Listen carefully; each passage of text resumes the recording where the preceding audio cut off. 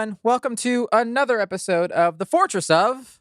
My name is Oscar. I will be one of your hosts today. And per usual, look, everyone is all here again. We got Alex, Brian, and Devin. Devin, we're so happy you're back. We missed you last week, buddy. Hey, man. I'm so happy to be back. Yeah, my name is Devin, and I'm happy to be back. So happy. Devin's trying a new thing this week. Trying a new thing where I'm just on Percocet real hard from that fall that he had off the mountain. It makes sense. The cliff fall. Yeah, fall damage is real, guys. Thank you for listening, everyone. We are a podcast where we talk about movies and TV shows and video games and lots of pop culture nerd things. So with that, guys, we don't have a lot of time to dilly-dally today. We got a lot of news to cover and not a lot of time. So let's do it with the first segment that we like to call News Talk. All right. I know I just said we don't have time to dilly-dally, but I'm going to dilly-dally real quick. Guys, do me a favor. Just imagine this. Close your eyes and let me take you on a journey. Oh, okay. My eyes are closed. There's a white man walking on a distant planet. Gross. Oh, no. He's walking into a very Indiana Jones-esque tomb. I hate Jeff Bezos. Okay. He sees a glowing orb in the distance. He uses a weird magnetic device to grab that orb out of the booby trap. I hate Master He's Chief. holding it in his hand. All of a sudden, a bunch of strangers appear behind him, and led by one Jaimin Hansu, who some might know from many good movies. They're all yelling at him to drop the orb. What is it? Why is he here? And then Jaimin Hansu says, "Who are you?" The white man turns around slowly, looks at him and says, "It's a me, Mario!" I hate this so bad. I'm so upset. What a turn of events. We previously talked about this, and we talked about it by accident. You told me that this movie existed, and I had no idea. I know. And one of the main things we mentioned talked it about last week, right? Yes. And one of the main things we talked about was, will Mario talk? He better not whatever fucking studio talk. was making Mario said, fuck you. Mario is Chris Pratt. Yeah. There's still a chance that he won't have any lines, but it's not like There's no way. they could pull a Vin Diesel and he'll just be like, a couple phrases, But then you look at the rest of the see cast, that happening. Yeah. and I will allow Exactly. Oscar to It's talk stacked. about that because this is a award-winning cast in any movie that was not this movie. That is not Mario. That's not a non-live action movie. That is Super Mario Brothers. Honestly, like the casting of Jack Black as Bowser is like, it's not. Yes. It isn't the first thing I I'm would have not thought mad at of, it. but it's definitely not the last. That'd be I'm not I'm amazing. not mad about it either. If it was live action. It's all just so weird in general. All right, so Nintendo had their Direct, and one of the biggest announcements they had was they announced the full cast of the Mario movie, led by Chris Pratt being Mario. And then we have Anya Taylor-Joy as Peach. You might know her from The Queen's Gambit. Charlie Day as Luigi. Jack Black as Bowser. Keegan-Michael Key as Toad. Seth Rogen as Donkey Kong, along with a bunch of other people. And also Charles Martinet, who has voiced Mario for a long time. He will also have some apparently cameos in the movie. I really hope one of those cameos is just beating the shit out of Chris Pratt and being Mario. And being fucking Mario. Hello. It just sounds like a really goofy SNL skit, It's so weird. So one movie that came out that suffered, unfortunately, from the pandemic was a Scooby-Doo movie. It was CGI completely. And unfortunately, it didn't get to make it to theaters because COVID happened. And it was one of those movies where it's like, you have no reason to not pick the voice actors of these characters. Right, There's no reason right. not to. But instead, they chose A-list actors for every single character, including the guy that played Shaggy, who's been playing Shaggy for decades. He got screwed. He didn't get any money from any of this because he got, replaced by like Zac Efron or some dumb shit like that. And that's so ridiculous because that movie flopped, not only because of the pandemic, because it had no soul. It felt really inauthentic. The whole time, everything just felt so flat and like gross, honestly. Yeah. It was just didn't sit well. It was weird. Me and Des might have watched it day one because Des was super excited about it because she loves Scooby-Doo. And I was like, hell yeah, let's watch this movie. And we saw the cast and we're like, maybe not. But we'll still give it a chance. And I was like, no, this is so bad. It's almost despicable and it feels wrong that they even made this movie to begin with. And that's where you just see it's the issue of just suits not understanding what people want. And that's what I fear with the Mario movie is that they think that A-list actors make the money where it's like, no, this is not it. Like, Well, not even A-list actors. They're going for like who's trending right now, which Right is now, almost right. worse. Right. Yeah. like- Like, to be honest, though, I think I'm most excited about Charlie Day as Yes, Luigi. I love Charlie I'm Day. excited. Yeah. I'm excited for Charlie Day, and I'm not Charlie mad Day, about Jack Black sound Bowser really either. good. Yeah, That's it. That's what I'm excited about. I just want to see a movie with Luigi and Bowser. Like that's all I would want to sign up for at this point. Right. Charlie Day could do anything, just- and I'd be into it. Same with Jack Black. Yeah. I mean, I saw Nacho Right, Libre. like, they're I'll be great. honest. But yeah, it's going to be really weird to hear Chris Pratt's voice come out as Mario. Yeah. He Like, said he's been practicing. It's just going to Is he gonna have the accent? What does that mean? Is he gonna have an Italian accent, or is it just gonna be a white guy? I don't know. Right, what that's any what of I'm that saying. means. Either way, I feel like that's offensive. He's been practicing his double I jumps. mean, and just you going, know, that's all I can see him. Because what else is he gonna do? It is I Chris don't Pratt. know. And Chris Pratt doesn't already has make any issues sense. because he's Chris Pratt. He's a conservative Christian. Yeah, And that's a whole thing. I don't know what's going to happen. It's a weird Anyway. choice. We'll see what happens. It's coming out next Yeah. year, I think. No, Yeah. I posted a meme on my Instagram today where it's like, oh, everyone's celebrating about Idris Elba being Knuckles while Mario gets Chris Pratt. That was really funny. That was really funny. Yeah. Oof.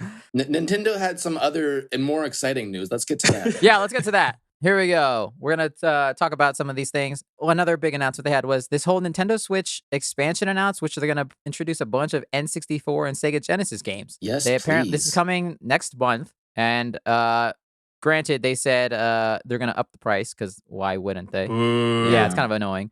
But yeah, they're gonna their lineup for N64 games includes Super Mario 64, Ocarina of Time, Mario Kart 64, Star Fox 64, Sin and Punishment, Dr. Mario 64, Mario Tennis 64, Winback, and Yoshi's Story. And Majora's Those are all Mask. your lineup. I think Majora's Mask is on there too. That was one of the games they announced in the future, so that won't come out so it day won't come out one. day But one. they announced a bunch of future games like That's fine. Banjo Kazooie, Pokemon Snap, Majora's Mask, Oh, yeah, Mario Golf, Paper Mario, F-Zero X, and other. Sweet. Are they yes. really going to try to sell Pokemon Snap? Yeah, they sure fucking And how are. much are you going to try to sell that shit for? No, I I think don't it's subscription based. So you just pay for the Okay. subscription and then you That makes log it in and better. control Yeah, whatever yeah. you want. Luckily, it's not individual. So, disclaimer, emulators are only legal if you already own the game. So I will say that to anybody that wants to consider pirating video games, you have to actually have the game physically before you can get the emulator. That being said, emulators exist because a lot of retro games are almost inaccessible. It's impossible to get them without playing an emulator. Because like, who the fuck's gonna pay $300 to play Pokemon Red? It's not Right. feasible. That's ridiculous. We're humans. We don't make a lot of money. Fuck off. So a lot of these games for me is like I already had these games either on N64, have them now to this day, or have them on an emulator, and that's what I play now. So to make me want to get a subscription to play them, Right. I like the idea because Switch is amazing. Don't get me wrong. Anything that you can play, if you can play like not on your like stuck to something, is amazing. That's why I like Final Right. Fantasy VII coming out on Switch and stuff like that because every RPG is better when you can just take it on the go. But Mhm. Yeah, I agree with that. it sucks. But Brian, don't you want Nintendo to charge you $50 to get a wireless Listen. version of a Nintendo 64 controller and a Sega Genesis Listen. controller each? I am a Sonic Don't you fan. want that? I have bought you want- Sonic Adventure 2 on at least 4 systems. So I know what Nintendo fans are going through. That being said, I don't know if I can deal It's with ridiculous, it anymore. but I watched Grand Theft Auto come out on 8 systems. I can't do it anymore. I think Yeah. personally this is exciting news. I've been waiting. I feel like my prayers have been answered. I think Nintendo must be listening to the podcast because I've been wanting yeah, man. to replay Not Ocarina after we of just Time. shit all over that Mario cast. I mean, they need to hear it. They need to hear it, honestly. But I've been waiting so long to replay Ocarina of Time away from a computer because I don't really like gaming on a computer. My brother has my copy of my 64, and I don't even think it would work on my new TV. So I think this Right. is just like the best Christmas present. Christmas came Fair. early. Happy holidays. More power to you. That's true. Yeah. Yeah. Before I forget, they also they're releasing a bunch of Sega Genesis games like Sonic the Hedgehog 2, Streets of Rage 2, Oh shit. Echo the Dolphin, Castlevania Oh my Bloodlines, God. Contra, Golden Axe, just a shit ton. Yeah, it's crazy. I've had Sonic 2 for 12,000 years on so many consoles. It's great. Please, if you do get whoever gets the subscription, play Sonic 2. Great game. Sonic 2 is I'll the play best it just one. for you, Brian. Yes, I'll please. play it There's a as reason Subway. why they didn't say Sonic the Hedgehog 1. They said Sonic the Hedgehog 2. Sonic 2 is the best Sonic game of all time. I will say that. I'm excited. Yes, if you put Sonic and Knuckles on top of it. I do want to say here's one thing that they did, which I think is hilarious. They used this direct to announce an announcement. So at one point in this direct, they announced that the final Smash character will be revealed in October. And it's like, what? Why did you even bother? Yeah. Makes no sense. So I did talk to some friends about it, and we made a little bit of a meme about it, about who would you pick as your next Smash character. So that might be something interesting to do in this. Oh, Interesting. So That for is me, good. if we were to pick a new Smash character to be introduced in the Smash lineup, I would pick a Capcom character, Phoenix Wright, Ace Attorney. Oh, nice. I want this that's a man good one. to. I want his Smash Ball to be him serving objections to that ass. Very, very I Marvel versus Capcom 3 because Exactly. I think he's in that. Yeah, I saw him in That's that, and awesome. it worked really well. And I was like, he might be a good character for this. I like that for him. So that's what cool. I'm That's personally good. interested in. If I was going to pick one character outside of weird shit like Master Chief or whatever, right, that's right. that's not on brand. that shouldn't be anything. Maybe they will, Yeah. because I know the new Ace Attorney game is doing really well. It is. People love it. That'd be sick. Crash Bandicoot's been in the works. They thinking about that potentially. Oh, really? That's Yeah. weird, though. That's totally PlayStation. I'm getting like flashes of PlayStation All Stars. Yeah. Maybe add in like Ezio from Assassin's Creed. That'd be fun. It's Oh, for Assassin's wow. Creed. I wanted to see him slitting throats. I fuck with that. Yeah, it doesn't have to be anything that canon. Just like whatever you would think personally. Magic Carp. I want him to be the best character ever. He has Splash, but He it just demolishes splash attack everybody. for everything. Oh, no, his Smash Ball can be when he evolves to Gyarados, just for like one move. Yes. Okay, I think I would pick one of my favorite characters to play on Smash right now is I love doing the Mii characters, and I like making look like little people. And one of my favorite characters that I made is Goku. But I would love like a more correct version of Goku with like better moves. And He's stuff. been in the talks. You're not wrong in that. That'd be pretty sick. That'd be my. I don't that'd be agree pretty with the good. talks, but he's been in the talks. Oh, that's funny. That's what I was saying. The other thing they announced, which is fucking dumb, that they took a break to say an Animal Crossing Direct is happening in October. It's like, why bother? Who gives a shit? Just do it then. You don't need to announce an announcement. So It's fucking dumb. a lot of people care, and that's what sucks because Everybody Animal loves Crossing Animal is Crossing. having the Sims syndrome, where what the Animal Crossing is doing is introducing shit that was in the previous versions of Animal Crossing. So it's like people are excited about shit that already existed. Which is fine, but it's like it's like having a trailer for a trailer. Is it You know what I mean? Or are you getting fucked? No, it's not. It's not. Yeah. They've waited so long. So the fucking Animal Crossing carried the pandemic. Like it literally put the It pandemic did. on It its really back did. in a little backpack and was like, "This is." People that I know don't play video games ever bought a Even whole Joe Switch. Biden was Little tweeting about it, right? And yeah, they bought a whole Switch and Animal Crossing Yeah. for this fucking game for them to not make an update until just now. And they didn't even make an update. They just said, "Hey, an update is coming soon." And then they brought one character back and said he is open 24 hours. That has been a character in the previous game. It sounds very Fuck y'all for Nintendo. that. Fuck y'all all the way to hell. That is so ridiculous. Damn. I It's can't. pretty shit. I Oh, can't that's so stand true. it. Yeah. No, it makes me so mad. But Well, I haven't played Animal Crossing, but I'm a fan of video games bringing non-gamers to play video Yeah. games. So Yeah. I think that's cool. Definitely. I love that. My sister loved Animal Mhm. Crossing. Yeah. She 100% played it all. A lot of people pandemic, did. yeah. I met a lot of people solely from just that game, which is interesting. But like it But she 100% is also a Sims fan. and that's the so thing. it's- I'm a yeah. Sims fan, and I still play The Sims 3 to this day because I refuse to spend $100 to get what I already have in The Sims 3 in The Sims 4. That's fucking stupid. You're not wrong. It's so Yeah. it's fucking stupid. I don't know. Pretty bad. We talked about that again, Yeah. where we're like, oh, I don't want Kratos to lose all his powers in the next game. Sims is the same shit, Right. where it's like somehow I don't have a dog anymore in The Sims 4, but I've had a dog in all the Sims 3. Hello? I don't know, man. I don't have a dog anymore. I gotta regain my dog powers. I gotta get my fucking dog. Bro. It took 6 months. Me get a dog? Whatever. It's fine. Oh, it's funny. Oh, man.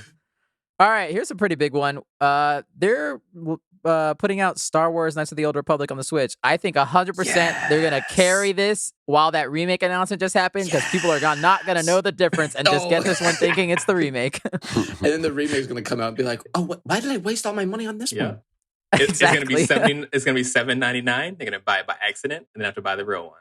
That's what's gonna happen. I sure hope it's not. If it's $10 or less, I will be pumped because if it's like $50, that's just I bet you it's gonna be like $40. You think so? I think it's gonna Insulting. start at 20, and I think it's gonna go down on sale all the time for like 15 or less. Yeah, I hope so. That sounds fair. I think it's gonna stay that way while the other one exists. The same way that like Final Fantasy OG exists with Final Fantasy Remake, where you can still accidentally buy it. And I think that's kind of their play. You guys know I was waiting to play that one again because I fucked my shit up by killing the main character by accident. So I'm excited to replay it, but on the train.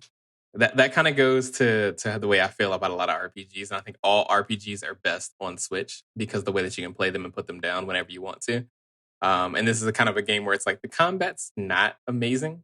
You probably won't love it. Most people that are, if you've never played this game before, the nostalgia does not carry. I know it's clunky. I'm a big Star Wars fan though, so I'm ready. Yeah, the story. I remember getting into the story and not really caring about the combat, but yes. I'm excited. Yeah. I think the story in itself carries the game so hard that I want everyone that enjoys any kind of story to play this game, especially if you love Star Wars, to please play this game because it's so good. If you find a way to cheat. I will wait for that remake. Yeah, or wait for the remake. But I think that if you can cheat with the game or do anything that makes the game a little bit easier, we don't have to deal with that nonsense. Play the game. It's really good. The story is so good. It's better than anything that Star Wars, that George Lucas has ever made. All right, so they showed off another trailer for Metroid Dread. This game's literally about to come out, I think, in a week and a half or something. I can't wait for this shit. It looks cool. I've never played a Metroid game before. I played one on the GBA way back. I think it was like a so-so version of the lore. But Metroid and Castlevania games kind of pioneered a whole genre of adventure games that are still being replicated today. Yeah, Metroidvania. Yeah. The most recent Metroidvania game I played was that Star Wars Fallen Order. Yeah. Interesting. That's not one that people think about when they talk about Metroidvania, but I think you're definitely right. Oh, 100% I mean, it first is. 10 minutes, I was like, okay, I can get into this. Yeah, there's a lot of backtracking. You kind of explore, you get new powers, and you backtrack. But it's deeper than just backtracking. So normally I hate backtracking, but when it's done right in this kind of style, it doesn't feel like you're going to the same places because you're going to the same place and then you go into a different path that you always saw but never could quite get to because you didn't have like the right moves. So I'm excited for it. And it looks like a horror version a la Alien. Yeah. And I love Alien, so I'm really pumped for this game. I think it's going to be really, really great. Oh yeah. Nice. You have to let us know because you're the only one with a Switch. I will let you guys know. Oh, let's talk about this really quick. Nintendo announced Mario Kart, but it's Final Fantasy characters. Oh shit, I saw the that. Chocobos. Holy shit, bro. This looks pretty cool. It does, but it's just Mario Kart. It looks like Mario Kart. Mario Kart with the Chocobos. It looks really cool. This is a super smart idea. So you guys know about the whole Blizzard debacle and everything that's happening with that. So their massive multiplayer online games been struggling a little bit. I won't say that they're, at risk of anything right now, but it brought a lot of people to play Final Fantasy 14, which is an amazing massive multiplayer online game. And having that be on the heels of that game getting so much success so quickly over the past 6 months has been great for them. And now people are itching for more. So Endwalker is coming out in their beta test like in the next month or 2 months or something like that. Their next expansion for their massive multiplayer online game. Oh, okay. But to also have that as well on the heels of to give people that oh shit, we got a little something before we get that game. People are going to eat it up. They're going to eat that shit up, bro. And it is. Oh, yeah. They're doing so well. Square Enix is rolling. They're rolling that dough right now. And I love that for them. They deserve it. I mean, Final Fantasy 14 is a great game. All right, let's talk about next news. Marvel, they're in a bit of another rights issue that they've done in the past where Steve Ditko's, his heirs, basically, they're going to fight for the right to stop Marvel's copyrights over those characters like Doctor Strange and Spider-Man and a lot of them. So Marvel is getting ready to lawyer up for their battle. Steve is one of the co-creators, right? Alongside Stanley. Yeah, Steve Ditko and Stanley. Wait, isn't it Disney's bringing the lawsuit, isn't it? The lawsuit's between Marvel, who own the rights to him now, and then the heirs to Steve Ditko's heirs. Which, so I guess Marvel's owned by Disney. So yes, technically. But yeah. Marvel's bringing up the case because they're saying that the copyright, like period, doesn't apply to them because it was like the type of work that Ditko did was not included in the Copyright Act of 1909. It's a lot of legal stuff, but yeah, I mean, they're going on the offensive. Basically, they're saying he's working for hire and under a Marvel contract, so he doesn't own the rights to those characters that he created. Which, on a legal point, yes, it is, but on the fact that just pay your artists, because the artists already get screwed over. Like, pay your writers, pay your artists. Like, come on, man. Like, there were situations where Marvel was paid the artists as little as $5,000 in order to take these characters that have been used to make billions. So if they want to make 100,000 compared to 10,000, give them the fucking 100,000. Like, fucking, you made $1 billion in this movie. Fuck you. Right. Like, look at how much money Endgame make. Give them 0.1% of the gross of that movie. Like, are you like? And that's still like that movie made so much. You still money. paid no money. You lost nothing. Right. Fuck you. Yeah. But funny enough, Marvel hired the same lawyer that DC hired in the past when the creators of Superman were in the same battle trying to get over the rights, and DC won that battle, and Marvel's probably going to try to do the exact same thing they did then. Yeah. I don't have high hopes for the family, but I am really That's my main thing. It's just pay your people. I mean, I know capitalism, and I understand trying to get the least amount of money that you have to pay, but also if you want to do good by people in the grand scheme of things, want people to respect you as a company, just do right by humans. It's so little money in your pocket in the grand scheme of things. Just do right. Like, you'll be respected more for it. Just do the right thing, guys. We'll see what happens. It's just funny to me how they can have these like vicious legal battles over comic book characters. It's insane. I know, right? Over Spider-Man. All the money over involved. Spider-Man. Like, it's true. It's kind of ridiculous, but we'll see what happens. I mean, like, you want to see those characters in the universe some more, but you also want to see the people that created them get their dues. Absolutely. As they should. Yeah. And that's the thing, is they'll never stop being in the movies and stuff. It's just how much they want to pay for them. That's what it comes down to. Right. All right. Next up, Marcia Lucas. She shit all over Star Wars, and it's hilarious in every way. As she should. So, this, for people who don't know, she's George Lucas's ex-wife. She was also an award-winning editor on the original trilogy. Let's go. But she recently came out and talked about a bunch of shit about not only the sequel, the new trilogy, but also the prequels. Damn it. Yeah. I did not know that they were married. That is very juicy. Yeah, I don't know if that's influenced her, because they got divorced, I'm pretty sure, when Return of the Jedi or after Return of the Jedi came out. So I don't know, but I'm not speculating on any of that shit. Like, whatever. Your feelings are your feelings. But basically, she was just saying, as when it came to the new trilogy, that, quote, they don't get it. And J.J. Abrams is writing these stories. When I saw the movie where they killed Han Solo, spoilers, by the way, listeners, I was furious. Absolutely, positively, there was no rhyme or reason to it. I thought, you don't get the Jedi story. You don't get the magic of Star Wars. You're getting rid of Han Solo. And then at the end of this one, they have Luke disintegrate. They killed Han Solo. They killed Luke Skywalker. And they don't have Princess Leia anymore. And they're spitting out movies every year. Once we talked about this last week, I believe. Not last week, but we talked about it a couple weeks ago. I don't disagree with what she's talking some truth. There's definitely a grain of truth in what she's talking about. Yeah, I hear what she's saying, but at the same time, they can't keep Han Solo, Leia, and Luke Skywalker if they're going to continue making films. Maybe the argument should be not make any more films, but if they're going to, these characters are, getting older. Right. Not all of them are still living, unfortunately. So, like, you have to make some kind of creative choice. The source of her complaint was just how they didn't write a good story for it, because she's like, she also talks about Rey's character. She's like the fact that they shrouded her character in like mystery. It's like, why? Like you have this space to tell a great story. That is very fair. And they chose they had all the resources to tell a good story, and they didn't do it. So I mean, the only thing that strikes She's me not about wrong. this headline is just how, it's news, but you know what? It's really not news. She's not saying anything we didn't already know. Common knowledge. We know this.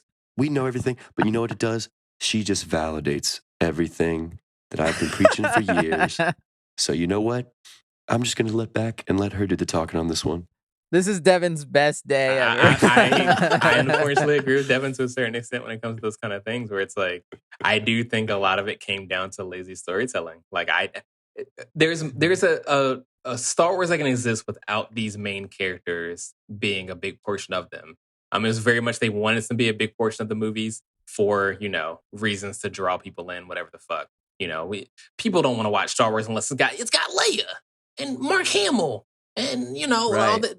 I will say that's not true, because there's Star Wars Visions that just came out, and a lot of those vignettes are so no, you're absolutely right. True. That's the thing. That's what people actually want. But what the suits think that they want, they think that they want the main list actors that they saw already. I agree with you. I think it's not. I think it's 100% false. That I think they want just a good story, regardless of who's main casting. Just make a good story. I'm on both sides in the fact that, of course you want to see those legacy characters come back and do cool shit, but at the same time, each movie starts off with a long time ago in a galaxy far, far away. And it's like, why do we only have to tell stories about 4 people? Like, we were talking about KOTOR earlier. We talked about Knights of the Republic earlier. There's not a single character that y'all can recognize in that fucking game.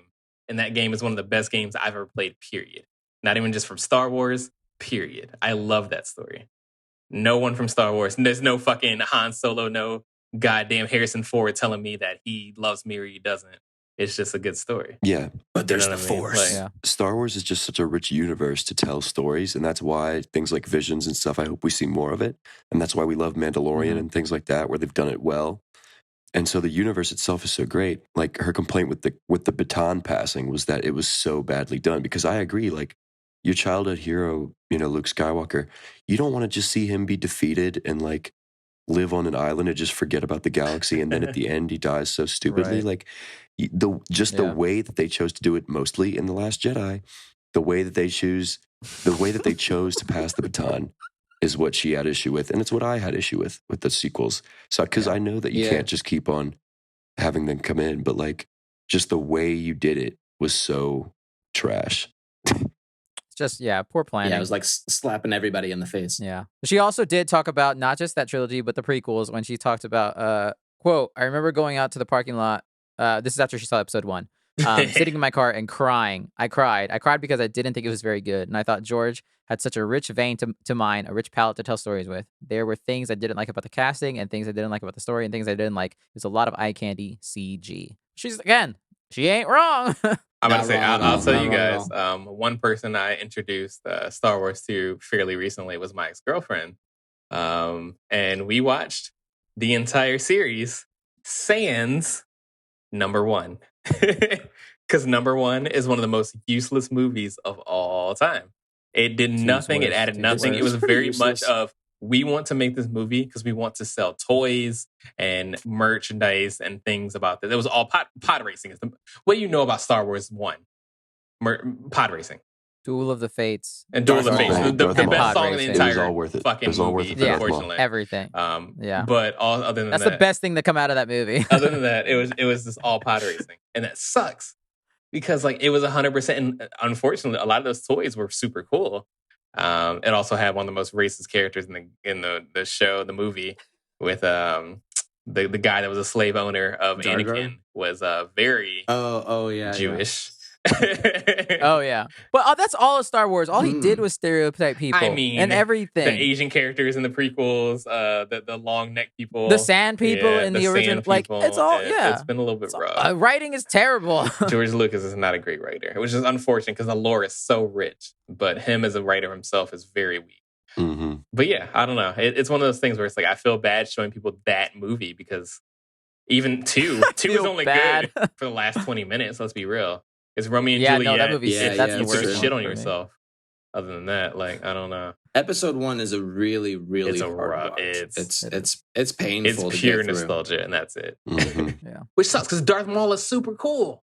And they do nothing with him. But Another reason why episode 2 is the worst, without episode 1, you don't get the cool shit that they did with Darth Maul in the future in the cartoons and shit. Yes. Without how bad they treated him True. in that first one. Yes. That's why number 2 is the worst. All right, moving on. Real quick, Daniel Craig, since No Time to Die, his final James Bond movie is about to come out, he's been doing some interviews and stuff, and people keep asking him about how he feels about a female Bond. And he said, quote, there should simply be better parts for women and actors of color. Why should a woman play James Bond when there should just be a part as good? When there should be a part just as good as James Bond, but for a woman. This goes back to the whole argument. Like, I'm kind of flip on both sides. Where, yeah, you should just create brand new characters for people of color and for women that are just as good as old characters. But instead of just like say you made Spider-Man a black kid, Mhm. something like that. They didn't. They created a whole new character in Miles Morales, and he's awesome. So I agree with him, but I don't know. Yes, King. He's absolutely right. I don't like James Bond movies personally, with the Daniel Craig movies, whatever. I just, they're not my thing.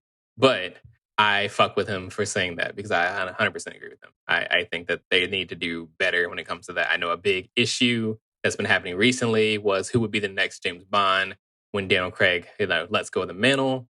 A lot of people wanted Idris Elba. And a lot of people also did not want Idris Elba because they think that because he's British, he should be a white dude. And fuck those people. Yeah, that's real if you're dumb. listening right now, I love you, but also fuck you. Because But also, I also wish that they would cast a woman James Bond and just call her James Bond, because I think it would make people really mad, and it's hilarious. first name James, last name Bond. Yep. Mm-hmm. I would be on board for that. I think it'd be so good. I agree with that. I want to be Michael Cera and still be. What's your name? My name is hello, Bond. I'm James Bond.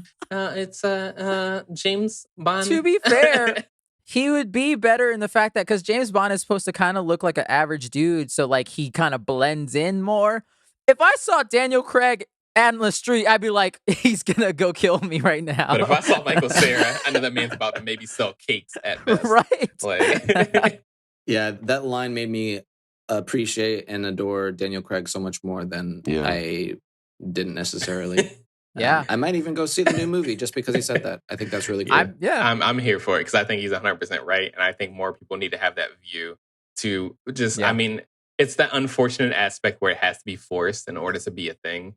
To feel like it's gonna feel uncomfy for a while before it starts feeling comfortable. And I think more people need to speak up for him, because he's the one that's making the money off of it. You know what I mean? Like, he's the one that gets paid because other people aren't getting these roles. So to speak up on it is huge for him, because he's taking a loss from it at the grand scheme of things. Yeah, so I'm into it. That's what we need in this world. Exactly. Mm-hmm. Yeah. All right, last news story, and this is just real quick because I thought it was funny. Fantastic Beasts 3 got a title. It's called The Secrets of Dumbledore. Now I pose to you, what is the secret of Dumbledore? Is it the secret that he's gay? Or is it the secret that he's in love with a genocidal maniac of a man? Because if this movie was made in the 80s and 90s, sadly, the secret would be that he's gay. Boy, gay. I'm hoping the secret is that he's in love with a genocidal maniac. I mostly just wonder because they have yet to like really acknowledge that Dumbledore is gay. So I'm wondering what are them secrets? What them secrets be? Yeah, on one end, I do want it to not have to be, quote unquote, wokenomics or whatever. But on the other end, anything that makes J.K. Rowling feel uncomfortable feels like a win for the humanity. That's true. That's true.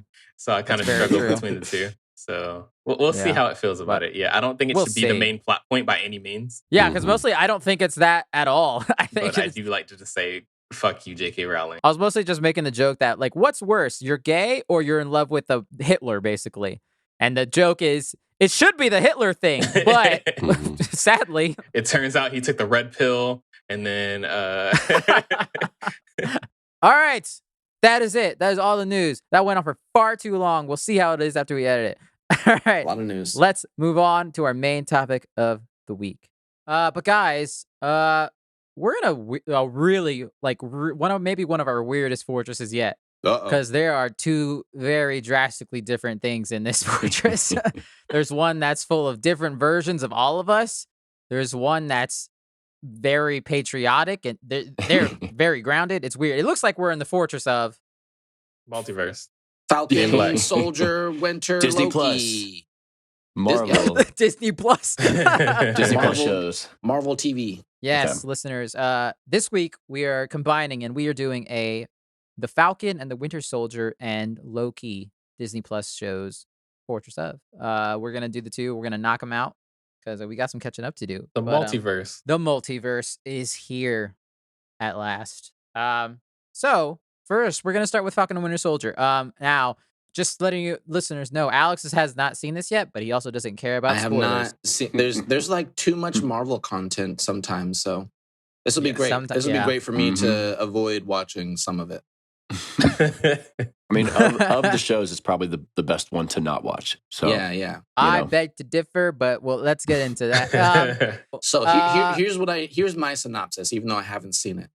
Yeah, go. What Let's do you hear think this, this is Alex. So what's it? Anthony Mackie puts his wings to the side and he picks up the shield. He's the new Captain America. He's practicing on the trees. He's getting the throw down, and then Bucky is like, "Hey, bro, we got to team up because you're the new captain, and I'm supposed to be your best friend. And let's go fight some crime." And then they fight crime, and then 6 episodes later, it ends. Yeah. Is that about right? You couldn't be more wrong in one part of it. Okay. But Okay. All right. yeah, sure. You got the gist of it. What did I Yeah, the miss? gist of it. you got the end pretty much right. It just ends. You missed in the fact that this show. Oh, real quick, spoilers for both of these shows right now, listeners. For both of these shows, we're going to talk about them We're in detail. So Gonna spoil the fuck out of it. yeah, watch it. Just go watch it. We're going right into spoilers. You've been warned. Look at the time codes and the show notes. All right. So yeah, basically, you're wrong in the fact that it actually starts with Falcon giving the shield up. He doesn't take it. What? He doesn't want it. Yeah. Wow. The whole BS. show is kind of basically in a simplified version. It's like him trying to figure out if he does want to be Captain America, and Okay. for obvious reasons, yeah, he's black, Yeah. and so He's black, and also Anthony Mackie just plays black guy number 1. He's never been a leading character. Aw. What is he gonna do with? He's support. Come on, man. let's have that discussion right now.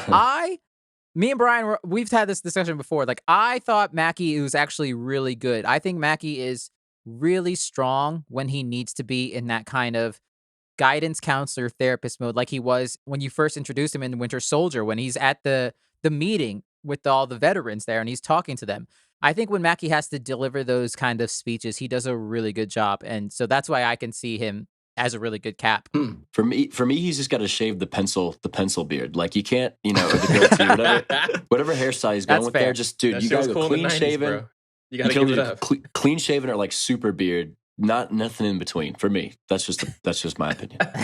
That's fair. What about That's Tony fair. Stark and Mr. Strange? And Doctor Strange? Well, yeah, but He he's got the Iron same ass Man. beard. I mean, they're Iron Man and Doctor Strange. This is He's just trying to be the cool goatee black guy. I mean, Saw that man, Mr. He can't Strange. have a full beard. Mr. He's got to fit it Strange. under the cowl. Imagine having a doctor and someone calls you fucking Mr. Strange. Mr. Strange. The disrespect. Sorry, doctor. So anyway, Just saying, man. so how do you feel, Brian? You feel like he's not strong enough as an actor? Oscar swayed my opinion about it a little bit because I do agree with him on that aspect of that. The fact that he does actually do a pretty good job of like making those big moments of like explaining and being a mentor and showing up when he needs to. But my issue with Anthony Mackie is he doesn't feel like he has his own real personality when it comes to acting as a whole. I think he did the best he's done so far in this series. I appreciate him for that. But it always seems like whenever, especially, Marvel likes to be funny. When Anthony Mackie tries to be funny, he defaults to Eddie Murphy. And That's fair. I hate that for him because I want him to have his own kind of sense of humor that feels unique to him. And it just feels like, well, I'm a B black guy today. I don't know what's going on with a black guy. I'm like, Interesting. And I also Sure. think that's probably also just Mackie, like from behind the scenes things I've seen. That's like him, just him, his own I personality think it coming is. out. I think. have seen him with Elizabeth Olsen. I'm like, okay. I think that's just him. Yeah. I just don't love Which it. I It's not think for that's me. why, spoiler alert for the end of this, he's the new Captain America by the end of the show, and we are getting a Captain America 4, which is why I'm excited for that to see him headline his own movie. Okay. Because, yes, he is the star. It is the Falcon and the Winter Soldier, but it's shared with Bucky in a sense. So I'm excited when we get to Cap 4 to see him be the head man in charge and be full on Cap. That's what I'm mostly excited for because I think he can do it, and I'm hoping that they write it well and everything. So what's his But, what's his like moral dilemma to picking up the shield? Does it have to do with He's black. race? Basically, yeah. How do they handle that in the show? So in the beginning, when he hands over the shield, he doesn't want to do it, and there's no really big explanation. And then, but he has a nice scene where Rhodey, Tony Stark's buddy, War Machine, Mhm. he shows up. Don Cheadle shows up, and I didn't know this or connect this until I watched the behind the scenes where the director was talking about. I was like, yes, we wanted him because it makes sense, but also out of everyone in the MCU, he would be the most inclined to understand what Sam Wilson is going through. Not just because of the fact that he's black, but in Iron Man 3, Rhodey was Iron Patriot. So he's also had to wear the stars and stripes at some point. True. And that completely went over my head. I was like, holy shit, you're right. Rhodey would know to some degree what it's like to have to represent that in this kind of sense. And so I put a different level on it for me afterwards, which I did kind of appreciate. I wish they had done it a little more, and I don't think they quite nailed what they were trying to get at with that scene. But I appreciated it. But yeah, so basically it's that. It's him with having to deal with, does he want to do that, and how if he does, like what it could mean type of thing. Okay. Especially because they go with the fact that Anthony Mackie is from Louisiana, so they give Sam Wilson that background as well. So there's a little more personal connection as well. Nice. So it's even more important as a Southern black man, what it's like to be in that position, to have to wear the stars and stripes. And then for Bucky, it's him basically, he has a good line in the show where he talks about how I just went from fighting one war to another for the past 90 years. Like, and that's true. Like, he went to World War II, died, and they just brought him back fighting another fight every so on for the past 90 years. And then he had to go right into Infinity War. So like, this is Bucky's first moment of kind of not knowing what to do. And it's kind of him trying to find who he is as a person in this new weird future now, because he's also a man out of time as well. So they kind of dive into that, and Bucky's going to therapy basically. So it sounds like the filler episodes of Dragon Ball Z when they finish the Cell Saga and before Boo shows up. You just disrespected the hell out of this show. Damn. That line. Damn. I mean, Dragon Ball Z is a great show. To compare it to Dragon Ball Z sounds like an honor to me. Yeah. In my opinion. I mean, that's how it starts. I liked it and I enjoyed it because they do continue to play on that little odd couple between Bucky and Falcon. I think the two of them are hilarious whenever they're on screen together because they utterly despise, but deep down actually kind of care for one another. Okay. So they bounce off each other rather well. That's the worst part of what you said is you're not technically wrong. And I think that was kind of like what people thought were going to be the failing of this show, but actually ended up being kind of what made it as heartfelt as it is the fact that it's pretty boots on the ground in its feelings. And it just gives you more in-depth like parts of these characters that you just haven't seen before because both of them don't get so much screen time. Right. You know what I mean? And it actually ended up being a good thing. Where at first I was like, I don't care about really either of these characters too much. Bucky's just horny for Cap and Anthony Mackie's just horny for being the side character. Like horny for being forgotten. Here's something that I want to know. I guess this happens in the comics, right? That Falcon becomes the new Captain America. But when I watched, what was it, Endgame, the last Avengers movie, when he gets the shield, I'm like, why did he not give it to Bucky? They actually do address that in the show in a way that was new to us in the fact that you find out that Steve told Bucky prior to that moment that he was going to give the shield to Sam. That's why Bucky's in that moment, he lets Sam go up to him and he gives him like the nod, like, take it, it's yours. And I thought that was interesting that he talked to Bucky about it. And I think touching on what, like you said earlier, like I think Bucky's kind of over, like, I'm sure he'll keep on getting wrapped up into conflicts because he needs, he's a character. But personally speaking, I think he's tired of war. He's tired of conflict. He just wants to like, kind of retire from this kind of scene. Also, his brain is broken. Right. Yeah. This so man doesn't exactly stand for the stars and stripes. He's not a guy of moral. Right. Okay. Right. So they both were, of a different time, and they're like, it's time to pass it on to the next generation. But will Winter Soldier keep getting wrapped into the conflicts? Most likely, yes, probably. Absolutely, because he looks cool. Right. Yeah, cool arm. Exactly. His name is Winter Soldier. I enjoyed his character development at the beginning there, like where he has this list where he's like trying to, right the wrongs that he had done under Hydra, and then the last thing on his list was like to tell this father that he was like friends with, who I think his name was Japanese, which adds a whole nother level of like, of good context because Bucky had been born in World War II times, and Right. so having him be friends with an older man who would have been alive during World War II, and just kind of like being like kind of coffee buddies. But the whole time that Bucky had killed his son, and he was just trying to work up the courage to like tell him that it was him that had killed your son. So I like that aspect of his story. But yeah, I mean the rest of it. Sam's story was just very. I liked how it touched on all the themes that are big in culture right now. I mean, it was very like Marvel didn't plan this. It just happened to go this way. Where like it coming out in the age we live in now, with 2020 being such a shit year for a lot of different reasons, and the Black Lives Matter movement and everything. Like this show, I doubt it had none of that happened. The identity would have been a little different. And maybe that's why Brian feels like it wasn't as hard hitting as it could have been, because maybe they didn't plan on it being like that in a way, just because they introduced a character, a very important character named Isaiah Bradley. And he was the first Captain America after Steve. He was a black man who they tested the super serums on, trying to figure it out again. And it worked for him, except for the fact that they didn't make him Captain America. They didn't parade him around. They used him and then they threw him away afterwards. And they discarded his memory forever. Oh, wow. Yeah. He was probably the highlight of the show for me. I think I agree Isaiah's with that. character. Yeah. And mostly because he's kind of the counterpoint to Sam, where he's basically like, don't do this. It's fucking idiotic. Look what it did to me. Like, it didn't do shit for me, yada yada. And it creates an interesting dynamic for Sam as a character, I feel, to decide. But ultimately, he does decide to do it. But every scene that Isaiah is in, it's really good in my opinion. I thought it was really. That sounds strong. pretty powerful. And I think it's driven home more because of the historical precedent. Because there's plenty of instances where black soldiers in our military did amazing brave acts in combat, and they would not get the same honors as white soldiers, or just be swept under the rug and all this kind of stuff.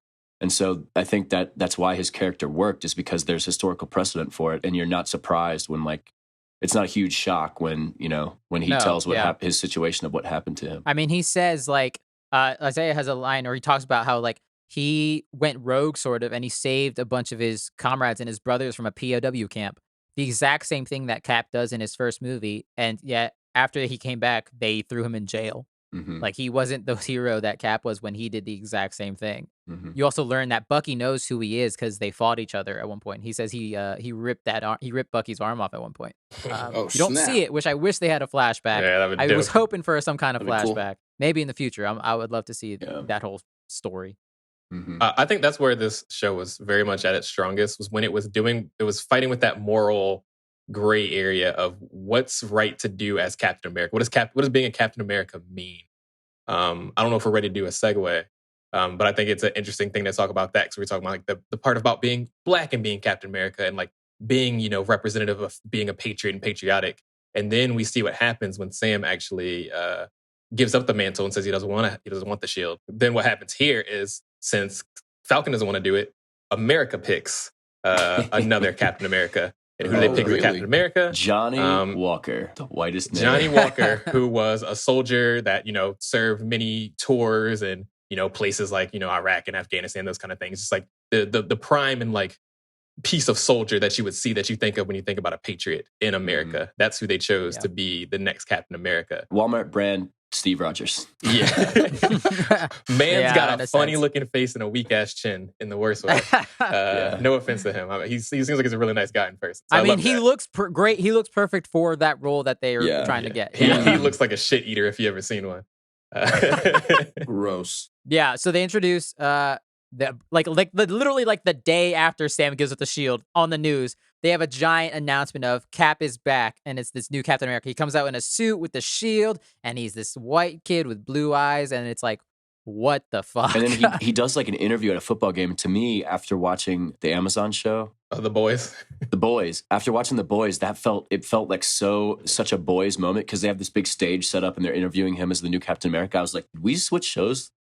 The funny thing, though, is that's exactly how America would react if we did have superheroes. That is exactly what we would do, and exactly how we would act. Right. We want a poster boy in the worst ways, and I think that's it's all marketing. Exactly. It turns into marketing and shit stuff like that. Or My Hero Academia. Basically, yeah. Except for worse. Right. Japan seems like they might actually care about a few people, whereas America would not. Yeah. So basically, John Walker, like, you don't like him because he's who he is. He's a shit. You want Sam. You want Sam to be Cap.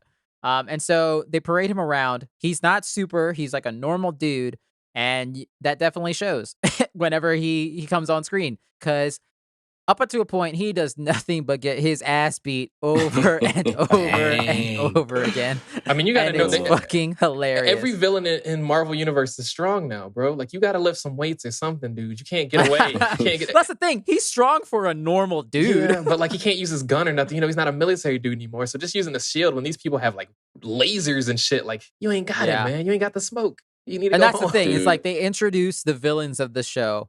They're all super powered. They've all taken the Cap serum. They've perfected the serum to the fact that it doesn't affect you like it would be like a Hulk. And so there's a bunch of super soldiers running around. And so that's why this Cap is kind of pointless. And it works for his character because, spoiler again, I'm going to say it, he decapitates a dude at one point at this show. And it's a crazy scene because he has a partner, Battlestar. He's got his own Falcon, basically. It's kind of fucked up, but he's got his own personal black, by the way. He's also a black man. Yeah, no, that's why. Yeah. His name is Battlestar. Galactica. Battlestar. He didn't get the Battlestar. reference. That's his code name. That's his comic name. The character's name is Lamar Hoskins. But at one point, they're on a mission, and the super-powered villain just straight up punches him in his chest, and he dies. Like, I was like, wow, he's as dead he would forever. Because he's a human being that got punched by Superman. Yeah. And at that point, John Walker has somehow found the serum because they're chasing the serum. They're trying to destroy it the whole time. And he's found it. He took it without anyone knowing. And now he's super. But also, with the serum, it just brings out more of what you actually are. And John Walker he's been going through a lot of this like self-esteem issues, I would say. Let's back up. Man has a really big little dick complex because, like you said, he was getting his ass beat constantly. Right. This whole thing, he was just trying to prove himself so bad, but he was getting fucked up every single time. He was trying to prove that he was worthy to be the next Captain America and stuff. So then he does it a little too far, and then. When he kills that guy, there's like that shot of like blood coming off the shield, off the Captain America shield. It's an amazing shot. Really dark. It's not even just that part that like really, I mean, that's what set him off and that was his big turning point. But this man was just taking L's for like 5 or 6 episodes. Like, no, I guess not 5 or 6, like 4 episodes before it got to this driving force of like, I can't even save my fucking friend. No. Like, this dude's life sucks. And everyone expects so much from him. So this is in a blind rage, which that was the most, I think, humanizing part of that character for me personally, because the whole time is you hate John Walker. You hate this guy. He's a piece of shit. Ruining He's whiny. He's always just acting like a cop, just doing cop shit in the worst way possible. And then it's like, if this happened to me, I 100% would do the exact same thing. Like, if I was a normal human being and someone killed my friend in front of me, like, I'm going to go after the dude and try to, whatever. Like, that makes sense for him. But it sucks because as Captain America, you have to rise above. An average person wouldn't rise above conflict like that. If someone hurts your feelings, your first thought is to get them back. Yeah. And that's where you kind of see that moral dilemma of like, damn, maybe he's not the right one for this either because he doesn't have that moral high ground that you need to have as Captain America. And that sucks. I think that's also what makes like Steve Rogers so special as well, is because there was no other Steve Rogers at the time. Like, he jumped in the grenade. He was the right person. Right. Just like selflessness and just like, just that I don't know. It's hard to explain that. Yeah. It's more about how you are on the inside than you are on the outside. Like, heart.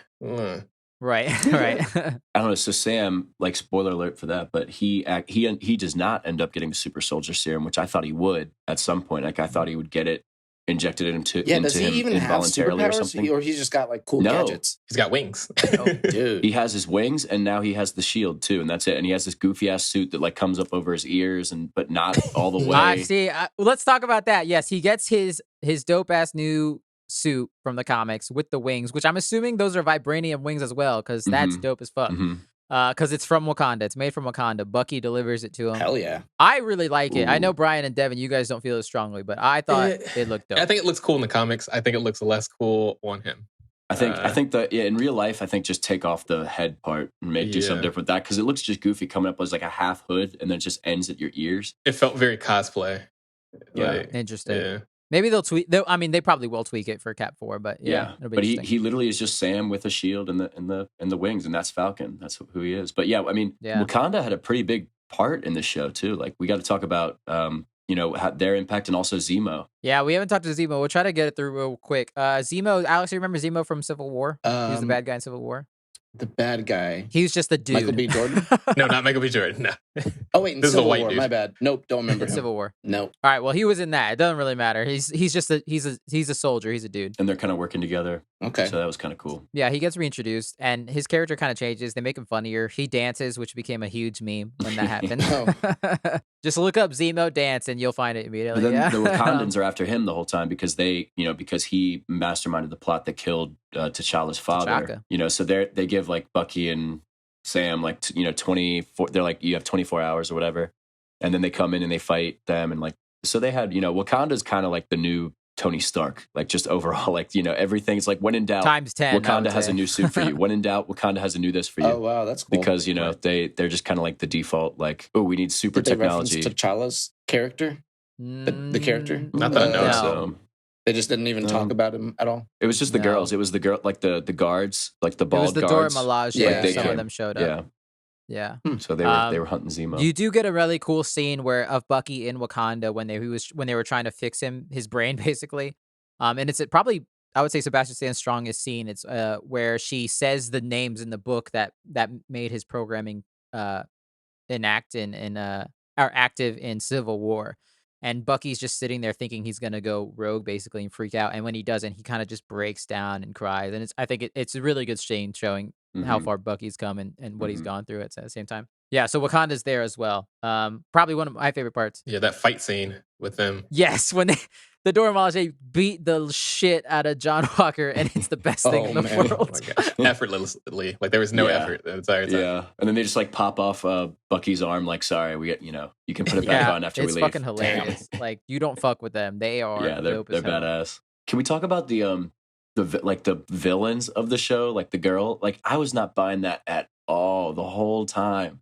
Oh yeah, one of the freedom fighters is So there's kind of, Charlie Morgan. So this part of it, Alex, was like after the blip. It's basically when people came back, it created a lot of issues of like refugees and like migrations and stuff because the world had moved on. they sold your house, but you pop back up in your house, but it's not your house anymore. Right.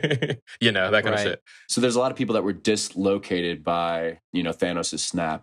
And by the way, the Avengers brought everybody back. So this group that's kind of like fighting for the refugees. And like there's this big government UN kind of, thing that's like overseeing the thing. But I don't know. So anyway, the main girl is like this young girl. And like she's like the mastermind. And like they try so hard to make her a bad guy. Like they kill some like innocent people at one point. They just like light a building on fire and kill some people. And it's like, which I think that point I was like, yeah, fuck these people. Right. Sorry. Yeah. but it's just like, but because up until that you're rooting for them and you kind of are still rooting for them after, but it just felt unnecessary for them to try to make her seem more bad than she was. Like it seemed like they could have just left it as like, she's the villain, but she's actually a good guy. I don't know. So they threw stuff like that in there just to kind of try a little harder, but it fell really flat to me. Yeah, 100%. Because where I talked about the strongest point was when they had that moral dilemma between all these characters of what it means to be patriotic and be America. Mm-hmm.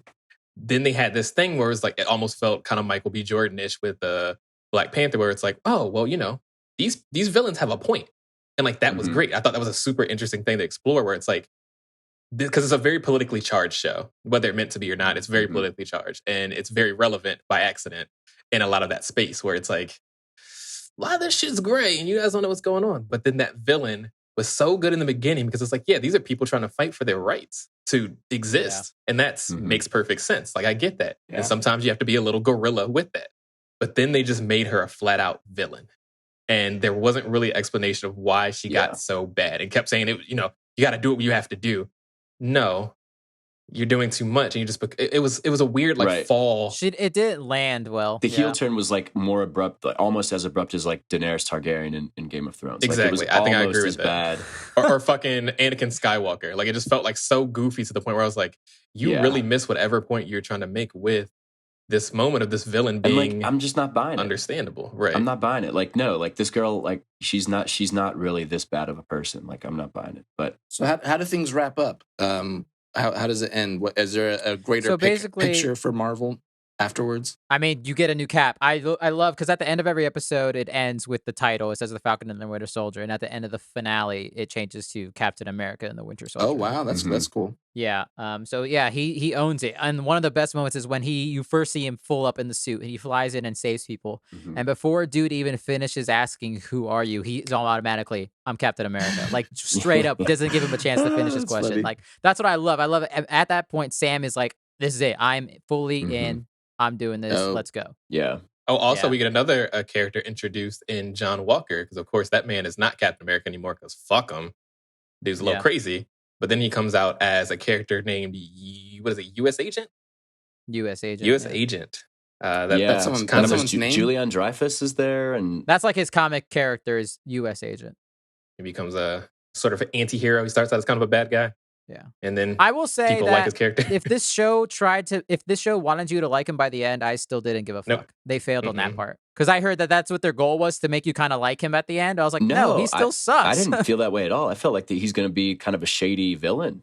To yeah, me. I was not. The yeah. only time I liked him was when he decapitated that man. And I was like, yep, same. I feel that feeling very much. I get you, man.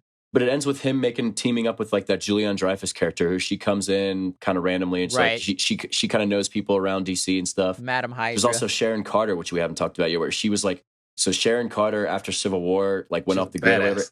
and she became this power broker kind of thing. But then she ends like almost as a villain. Like that's like the last scene She's of the show. still a villain. And I Yeah, it don't know, seems man, that way. that doesn't make sense to me either, because she had always been like so, patriotic, just Her like aunt would be upset. right. Like I don't know. So that kind of felt weak to me too. So it was a few things like that just weren't really I mean, executed well. I feel like the Carly was a little weaker than Sharon, because at least Sharon, they talked about how like once Infinity War and all that shit happened, or Civil War happened, and all the Avengers were on the run, like no one came back to help her out. She was on the run too, but she didn't have superpowered friends to help her Right. out, so she just had to do her own thing. I mean, but that seems like a plot hole, because like obviously, Yeah. like Steve I'm glad Rogers they brought would her have back helped though, her. because like I thought that, at least they're doing something interesting with this character though, rather than just her being another Cap love interest. It was it was funny in the climax where after Sam like does the fight and he's just lecturing the people like in charge of that like UN committee. He's like, "You guys need to do better." Like, I think that speech really works. I thought Mackie, that's one of the Yeah. strongest moments when he delivers that speech. I thought he was really good. He's just always Mhm. concerned uncle. That's his best role. Yeah, he's really it's good. funny how like the people on the committee are like, "Oh, we had never considered that before." Like, Yeah, it's pretty dumb. well, one last thing I want to mention about this show is like in the first episode, they bring back the French guy that like mano a mano is Oh, Captain America at the Batroc. beginning of Winter Soldier, and this man literally waits on the so Falcon's like chasing this plane, and all the bad guys get off the plane with parachutes except for the French guy, and he literally just wants smoke. Like this guy waits on the plane, he's just standing there waiting for Sam to get on the plane so that he can hand to hand fight him. It's like all this guy wants to do is fight the Avengers. He gets out of jail, immediately goes finds the first plane he can that will be fighting Avengers. And he's just like, I'll wait. Like, who's it going to be? Winter Soldier? Falcon? It's Wanda? I don't care. Like, I'll fight anybody. That was It's big pretty Dragon funny. Ball Z energy right there. Yeah. Was that right there? That man was You just gotta waiting for the smoke. You got to fight me with your hands every time. You say you strong? Prove Yeah. it. Yeah. I do like in that finale how all three potential Captain Americas get their big because Cap, he always has a strong man moment, like Chris Evans when he pulls the helicopter in Civil War. There's always like a strong man showing his strength. So Walker I guess he's as a good guy at that point, but whatever. Well, who cares?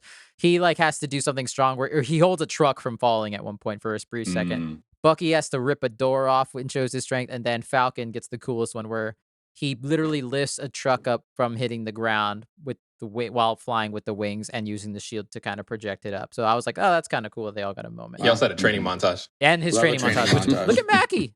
Mackie looked pretty dope. Although that stunt double, you could definitely tell it shots as a stunt double.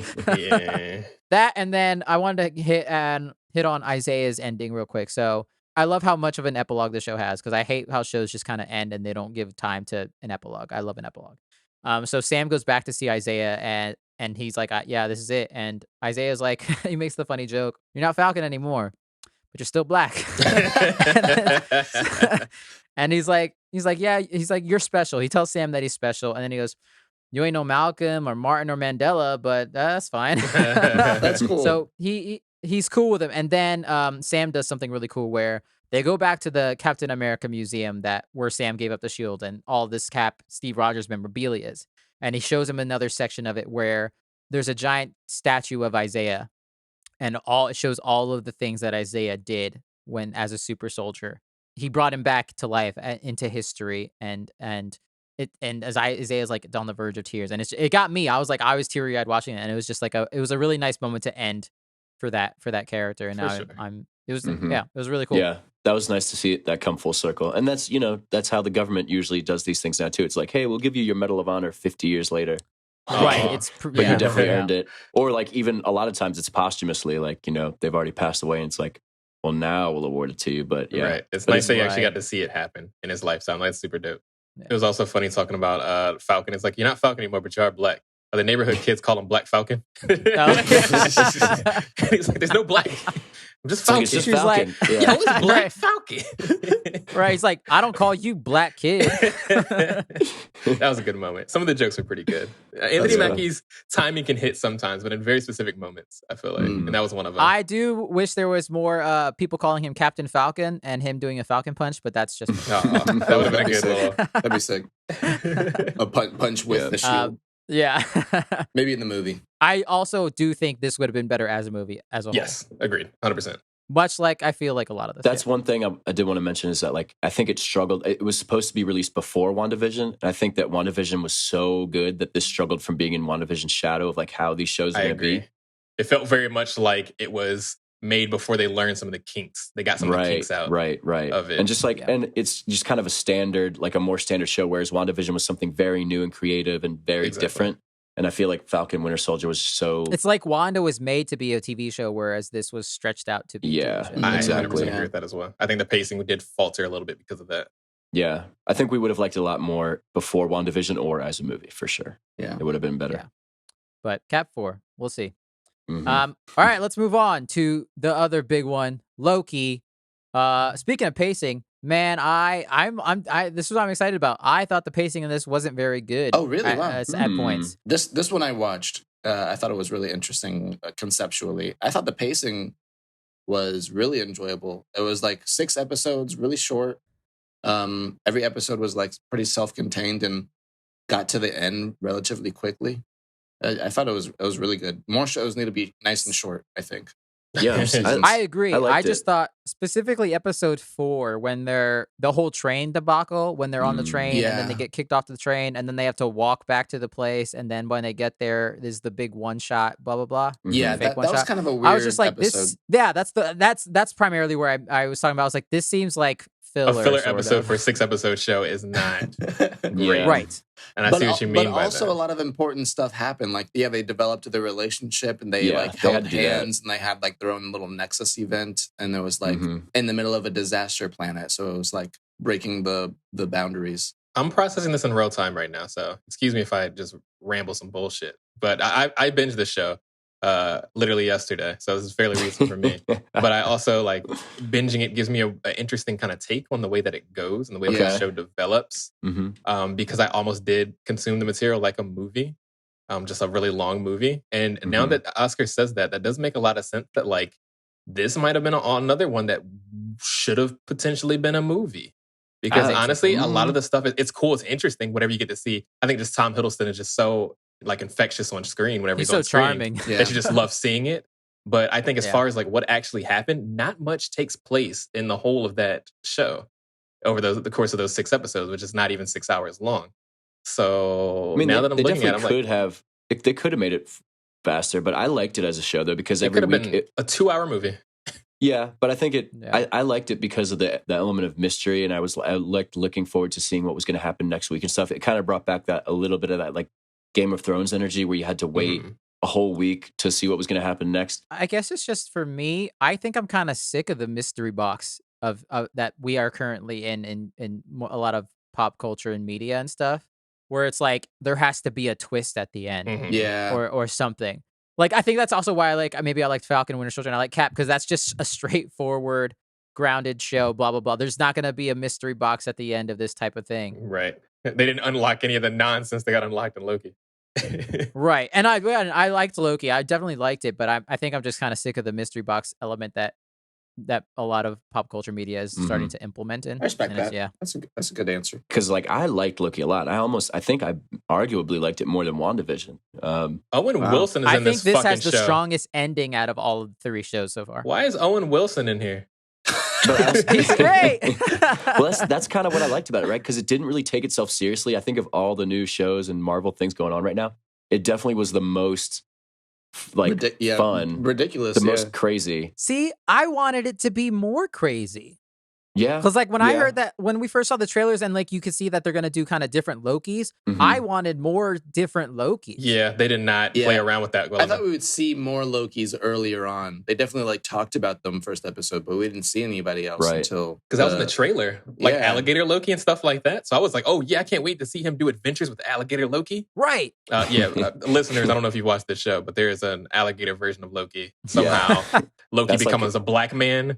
He also becomes an alligator in some different universes, different timelines. I don't know. You guys, so quick synopsis of this. Let's see how bad I can butcher this. I did watch this, but I'm really good at synopsis. I was about to say. Do it, Alex. So Loki gets captured by the police or whatever at the end of the first Avengers movie in New York, and they're like, "You're going to jail. You killed all these people. Like you're busted."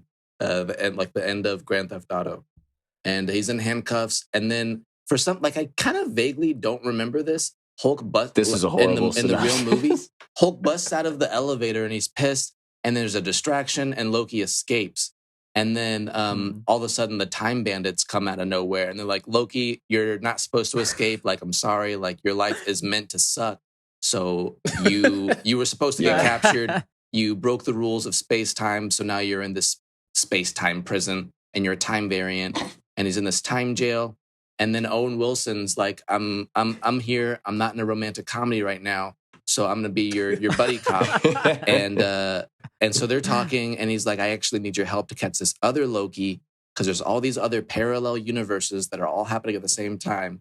But for some reason, only one universe is allowed to exist. And we've just been massacring millions of other universes all the time so that only one supreme universe, supreme timeline can exist at one time. So there's this other Loki out here that's jumping around and we need your help, Loki, to find them. And when they eventually do, it's a female Loki and they got the hots for each other because they're both like super self-indulgent, which is hilarious. That fucking weird, man. Is that okay? Yes. It's not incest. It's not incest, but I think if they had a kid, it would be weird. Wait, that would be kid weird. would be fucked. Wait, guys. Is it incest if you fuck yourself? Is that masturbation? I mean, no, because they could have a kid still. I mean, no, but they're the same person. Can they have a kid? If she can get pregnant and they can have a baby, I still think there would be some weird DNA Loki? issues there. It's just the same. It's all the same genetics. That's how you It'd get be the weird. alligator Loki. That's how you got alligator Anyway, Loki. so back to the great spark notes that I'm doing here. They fell in love. Her name is Sylvie. Sylvie Loki. She's cool. I like her little cute horns. I feel like she has some pretty good choreography. Like she like punches people a lot, which is great. That's cool. So they're on the run together. They kind of hate each other at first, and then they're like battling to try to figure out to trust each other. They figure out that all of the time police people are actually humans that got sucked up by this master creator of time to do the time bidding. And that they're all just prisoners, more or less, just like Loki and Girl Loki. And so Girl Loki and regular Loki are on a mission to kill the Time Kings. Who are they called? Oh, Jesus Christ. The Timekeepers. This is a lot longer than your last synopsis, and you watched this show. I did watch this one. So they find the Timekeepers, they kill them, they find out that they're robots, then they find the real Timekeeper, and it's homeboy from Lovecraft Country. I feel like this TV show, in a hilarious way, is a sequel to Lovecraft Country. Because it has him, Lovecraft Country. He's like developing these telekinetic superpowers or whatever, and uncovering spoilers. mysteries of the universe. I mean, it's in like the first 5 seconds of the Spoilers show. of Lovecraft Country coming this way. I mean, I haven't finished it, but that's like the idea of what he's doing. He's like figuring out his like ultimate being or whatever. And then hit the I love him. He's hilarious. Yeah, he's great. And then also the one of the Time Bandit people, the black girl with like the kind of shorter hair, not the boss lady, but one of the soldiers, who is like B-15. She's also in I just blanked out again. What's that show we were just talking about? Lovecraft Country. She's also in Lovecraft Country. And then there's a moment when girl Loki like touches her and she sees her like her past self. And I was like, oh, she's probably like seeing herself in Lovecraft Country. Like that's what she's watching right now. She's watching Lovecraft Country. So I feel like they're like a spiritual successors to one another. But anyway, they find... That's a hot take right there. Yeah, hot take. They find homie from Lovecraft Country and they kill him. Although male Loki was like, we shouldn't kill him because he's like controlling time, and maybe what he's doing, albeit is massacring millions of universes and millions of people, maybe it's not the worst thing ever. And what happens if we kill him? All these other billions of worse possibilities could happen. But female Loki's like, nah, fuck it. I'm gonna kill him anyway. And then it just kind of ends. And I was like, well, that's not anything like any kind of resolution. Like I just needed some kind of more resolution for me personally. There's no resolution to this that's going to be, well, you need movies for this That's shit. why I'm saying this one ended the most like a TV show does. Because typically at a TV show, there's always like it somewhat was of a definitely cliffhanger. a cliffhanger ending for sure. Like they're definitely going to have a season 2, which I'm all in for because like more Tom Hiddleston is amazing. Let's just get straight to the ending. That's probably the most spoiler part. You get introduced to fucking Kang the Conqueror. Jonathan Majors' character. He Who Remains. He Who Remains. Yeah, they don't say Kang, but it's Kang. Is that a guy in the comics? Yes. Kang? Yes, he's like a super big villain. Multiverse he's going to be in the next Ant-Man movie. Oh, cool. Is he like a human in the comics? Like he is he's in this? He's an old-ass dude in the comics. Okay. He comes in various forms. He's usually the big blue man. But yeah, there's like the He Who Remains wasn't the Kang version of that timeline. There's a bunch because of course, you know, he said he keeps meeting himself and, you know, sharing information and stuff. And then one of those motherfuckers turns out to be Kang because he talks about that a little bit at the end where he's like, yeah, not all of us are good. Some of us want the smoke. Kang wants the smoke. Okay, he wants all of it. He said, in another life, I'm a conqueror. I'm a blah, blah, blah. Yeah, Kang the Conqueror. Look how that works. Yeah, so that's really cool. He's from the 31st century, basically. He's one of, they didn't say it, but in the comics, he's one of Reed Richards, Mr. Fantastic's descendants. Cool. And he figures out time travel, goes back in time, and decides to rule the world. That's the Kang version. This was like a benevolent version. Yeah, this one's pretty goofy, though. I liked his performance. I know some people didn't. They thought it was a little too wacky, but I thought it was really good. Yeah. I mean, it seems like timey, and it might have been a little cliche. I just liked it because I like to see a young black dude be goofy. You always imagine someone that like, is the Lord of Time ends up being an old white dude. So it's kind of an interesting take to make him completely different. But they do tend to make timey-wimey people very whimsical, which I can see that being a trope that's maybe a little overused. Of like, oh, nothing matters because time doesn't matter. Like, you know, he does that. But God, that guy I think he's a really great actor. And I just love to see him perform. Yo, that was a really good audition, Brian. You should be the next time. I mean, I'm actually King the Conqueror. I'm that version. I'm the short king version, the same way that the alligator Loki was the short king version of Loki.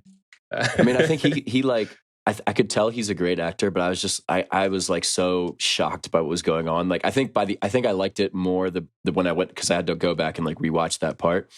But I think that I liked it more the second time around I saw him, because the first time I was like, who is this goofy ass motherfucker? Like eating apple, living his life. Like, what is this guy the whole time? Like, what? This is wild. Well, I was just saying, I liked how the show started, like with the concept of like Loki hunting down another Loki. Like that was just such a cool concept, and I feel like they could have had fun with that. Just like going every after single different place Lokis you go, and you get like a Loki in fucking Africa. You get a Loki in like, the prehistoric times, and he has like a fucking something stupid like a bone in his hand, like just some stupid. And they did like a little bit of it, and like I think that I agree with what you all said earlier. Of like I would have liked to see more of like that one part where they all like betray each other. Like, it would have been cool to have that be more of a thing with, like, more Lokis kind of, you know, double crossing each other and stuff like that, and, like, just seeing their interactions. But, yeah, I mean, so I think I like how it started, and then the buddy cop chemistry between him and Owen Wilson, like, that was really definitely a highlight for sure. I hate A-list actors being in weird supporting roles, especially on TV shows.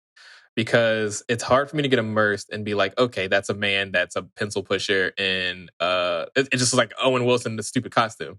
like Owen Wilson with a Oh, fake that's mustache interesting. on. But And that's it the just thing. makes me kind of. He's like, if this is like a really like cerebral show or like a like meta, and he had a I'm life about to say like almost before, fourth wall breaking. yeah, maybe he was Owen Wilson, and in the future, this is Does what Owen he Wilson own a becomes. jet ski? I mean, he's got. That's why he loves him. Owen Wilson's got like 20 jet skis in real life. No, that would have been funny if he had like had opened that magazine and had Owen Wilson, actual Owen Wilson, on a jet ski, just like really get next level with it. Then Yeah. I maybe would have appreciated his Oh, character. God. I mean, like I liked his character a lot. Like I liked. He did I did really too. well. Mobius was a really great character in the show. One of my favorites for sure. Yeah, I liked never it. for a second thought he was dead, but so I kind of took me out of it. Yeah. But Yeah. he was really good though.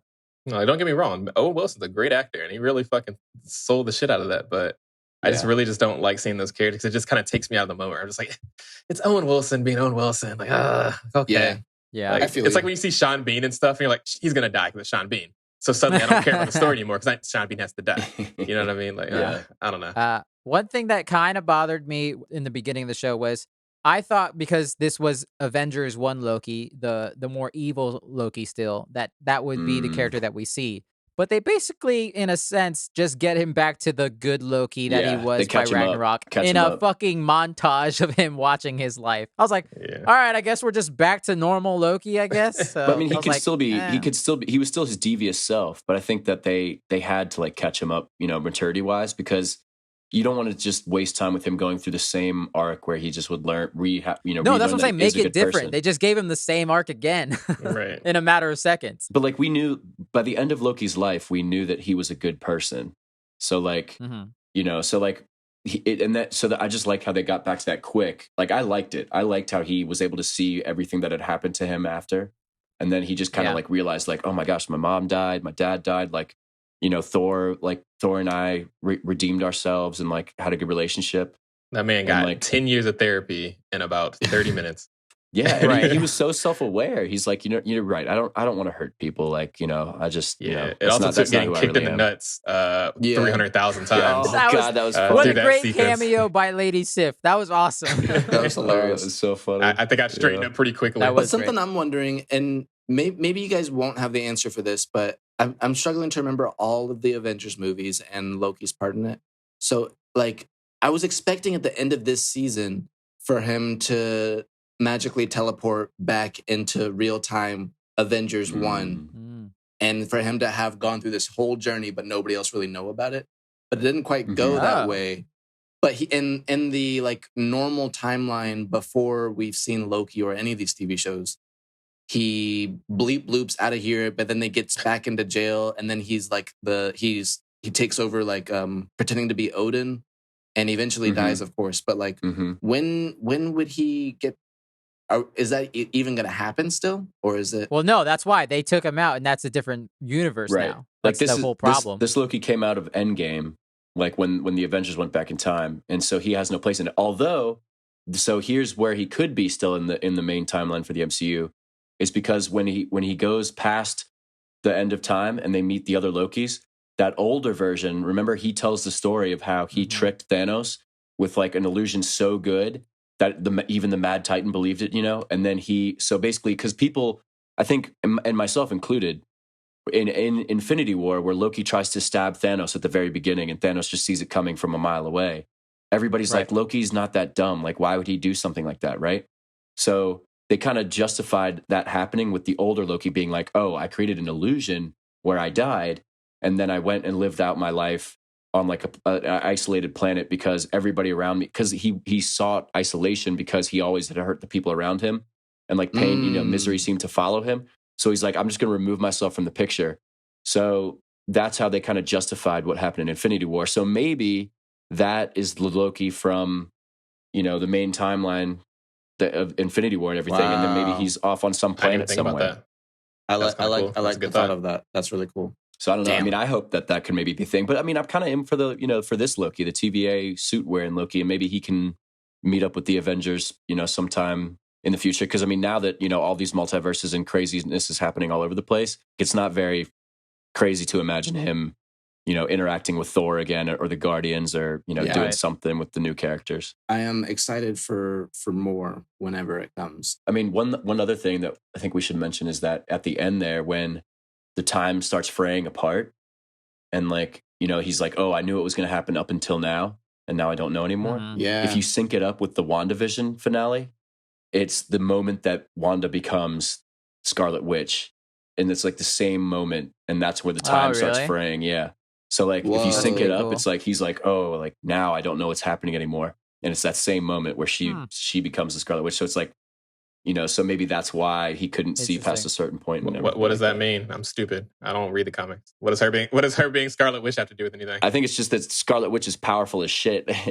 Multiverse of Madness. Because we know that she's going to be in Doctor Strange 2 in the Multiverse of Madness as a villain potentially. / she'll probably. I can't wait. She'll be good then. So. Sure. I cannot wait. Yeah. Man, Sylvie fucking sucks. I was about to say, one of my favorite lines in that finale is when Kang just tells her, he goes, grow up, Sylvie. And he calls her a murderer and a hypocrite. That shit made me laugh out so loud. Because at that point, you are kind of pissed at her. Yeah, I'm like, it's that shit made me laugh so hard. But like, I you see where she's coming from and why she does what she does. Mm-hmm. And clearly she's like, oh, maybe I made a mistake after she kills He Who Remains, because she's like, oh, this didn't bring me the peace that I thought. Yeah. It's like, yeah, you fucking idiot. I hate revenge stories, and I hate revenge stories where characters that do have motivations but are also smart stop being fucking smart. Loki wouldn't be that fucking dumb to really risk everything over 1 second of fucking revenge. Fuck you. Fuck that. Like, I don't know. That felt so out of character. And I know, like, well, we grew up different, so we're different. Fuck you, you're Loki. Even if you want to fuck each other, you're still the same damn person. You're smarter than that. You should know better. Even the dude even explained it to you like a toddler. Said, hey, if you do this, he's sitting in his chair all stupid because he's fucking weird as shit. Yeah, as soon as you see a man eating an apple, you know he's the bad guy. Yeah, and like he said to her as she killed him, he's like, "I'll see you soon. Like this is good. This is just gonna end up bad for you." Like, I don't know. It was the least believable part of the entire show to me. But I think it was necessary because, like, once they said, like, like, oh, if you do this, then there's gonna be craziness happens. I think after you introduce that, it's like you can't just go back to the sacred timeline. You can't just not kill him and then just go back to enjoying your life. And that's the end what of is it. going to happen? Did she just stay in that little orb area? See if she takes over for him. See if she tries to control it, like he said. So maybe she's going to try to control it, or she'll say fuck it. And that's why the multiverse is happening now. Damn. Yeah. I did want to address one thing because it's probably my biggest complaint, not just with this show, with a lot of media in general. And I talked to Brian about this a while back as well. I didn't know this until after the show that, spoiler alert, Ravonna Renslayer, Judge Renslayer, the head of the TVA for the minus the Timekeepers or whatever, her and Kang in the comics have a relationship together. Whoa. Ooh, interesting. Well, like, because there was a lot of signs that pointing towards Kang being the end. So when he showed up, I was not surprised. Like, Alioth and Kang have a kind of a connection as well with the big cloud monster. Had I known that she was also a character with him, it would have been even easier to know that it's Kang. And it sucks because my biggest thing with media is that this is about mixed relationships in media. And they're real quick to put a colored woman with a white dude, but they are very much against putting a black man in particular or a colored man with a white woman. And they just don't show it. You don't see this often. So that's like, if you have a black man, in this case Kang, of course his love interest is going to also be black. Like Ravonna, you know what I'm saying? Okay. You have to have a black wife. Right. Like, look at, so that's how it's like, oh yeah, duh. And it's like, it's really annoying because like they do it like with Spider-Man and MJ. They do the opposite because it's totally fine if a white dude dates a colored woman type of thing. They do it in all the sorts of things. Star-Lord and Gamora. Granted, Gamora is green, but she's played by Zoe Saldana. Come on. That's a different issue of making colored people wear different color skins as aliens. That's a different separate issue that they also have. Oh, no.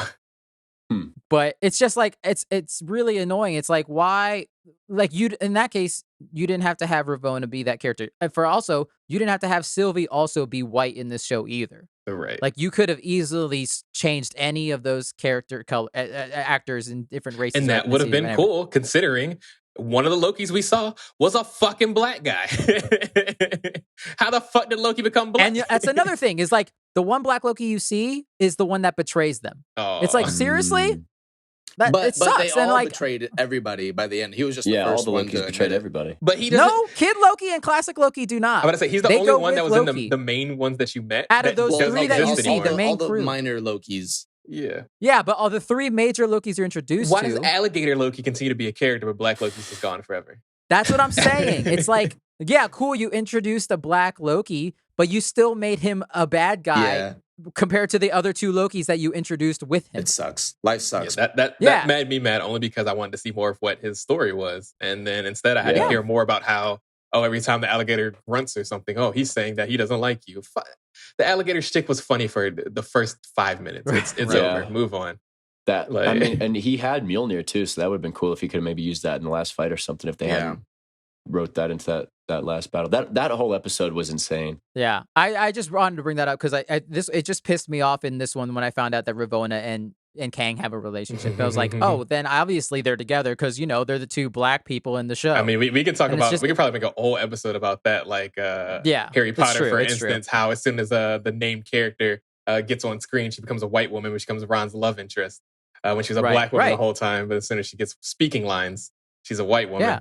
Shit like that. That's just like, it's so disrespectful to people of color when it comes down to those kind of things. Even Grey's Anatomy does it, and that's written by a Black woman. And I don't love that, where it's like, 2 people are going to get together because they're both Black. Like, that sucks. Like, that's fine. I love Black love, but at the same time, this is not like, like it shouldn't be like a thing that you just automatically like, yep, they will date because they are both Black and exist. Like, that was the kind of shit I went through in school, being a kid. And it's like, you are the 2 Black kids in school. You're the only 2 Black kids. You got a date. What the fuck? Right. Why is that an expectation? Those kind of things. It's also mostly annoying because it doesn't work in the reverse. Right. Whereas a white man can date any ethnicity or race that he desires, basically. And it's like, it's a bunch of bullshit. And I hate that this show did that. Obviously, they're not doing it on purpose, but it's there. It's still there. It might just be an internal bias. They didn't introduce that Ravonna had a relationship with, like, she was trying to find him. So I guess maybe then in the next. No, I'm saying in the comics they have it. They have a relationship with me. But so like, so there's potential they might not do it, which is Well, so but probably in the evil Kang universe, they probably will be together though. When like the new TVA, the evil TVA, right? Mm-hmm. Yeah. So they probably will be together. We shall see. Well, this whole show made me think about a whole bunch of like philosophical questions. I was talking with my wife. Me and my wife watched it together. She helped me form this question that I have for you guys. If you're ready for it, I'm ready. I'm scared. So in Loki, there's all these different versions of Loki, and you could argue that there's maybe 2 or 3 Lokis that are the best Lokis. Obviously, the hero Loki that we're following, Tom, what's his name, Hiddleston, Sylvie, because she has evaded capture for all these years. She's very smart, maybe smarter than regular Loki. And then the third choice for like top Loki might be the kid Loki, because he kills Thor. He's kind of like, if you think about Loki's motives as a bad guy, he's kind of achieved all of those marks. He killed the Avengers, killed Thor, and he gets a lot of respect from the Lokis in the Void area. So with that in mind, if you guys were to hypothetically meet your parallel selves, kill it. What would a better version of yourself look like in a form that you would like accept or like be willing to like hang out with or like be friends with or something, or maybe fall in love with? Am I still just like a human? Yeah. We're all just humans, you know. Okay. It could range from anywhere from like someone who is smarter than you, someone who is an alligator. You know what I'm saying?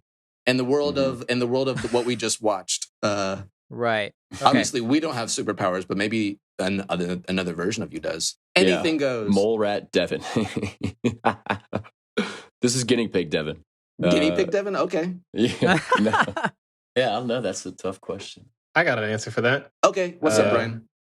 So my variant would be they'll live the exact same life as me, but they'll be Jeffrey Dean Morgan. Wait, who is that? Who is that? A famed character that plays Negan in Walking Dead, and also Denny Duquette in Grey's Anatomy. Oh my gosh. He's an older white man.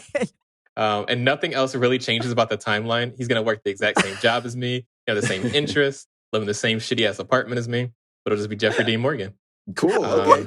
and I feel like he'd be pretty chill. I feel like we'd probably hang out. You guys would hang out? That's funny. That's great. Yeah, it'd be That's pretty really fun. funny. I think that's just you wanting to hang out with Jeffrey Dean Morgan. But No one has to hear that. It's okay. He sounds like a cool guy. Like, hey, Brian, what's up, Brian? Nice to meet you, Brian. He's also me. It'd be cool. Yeah. Maybe I can borrow a leather jacket. I don't know.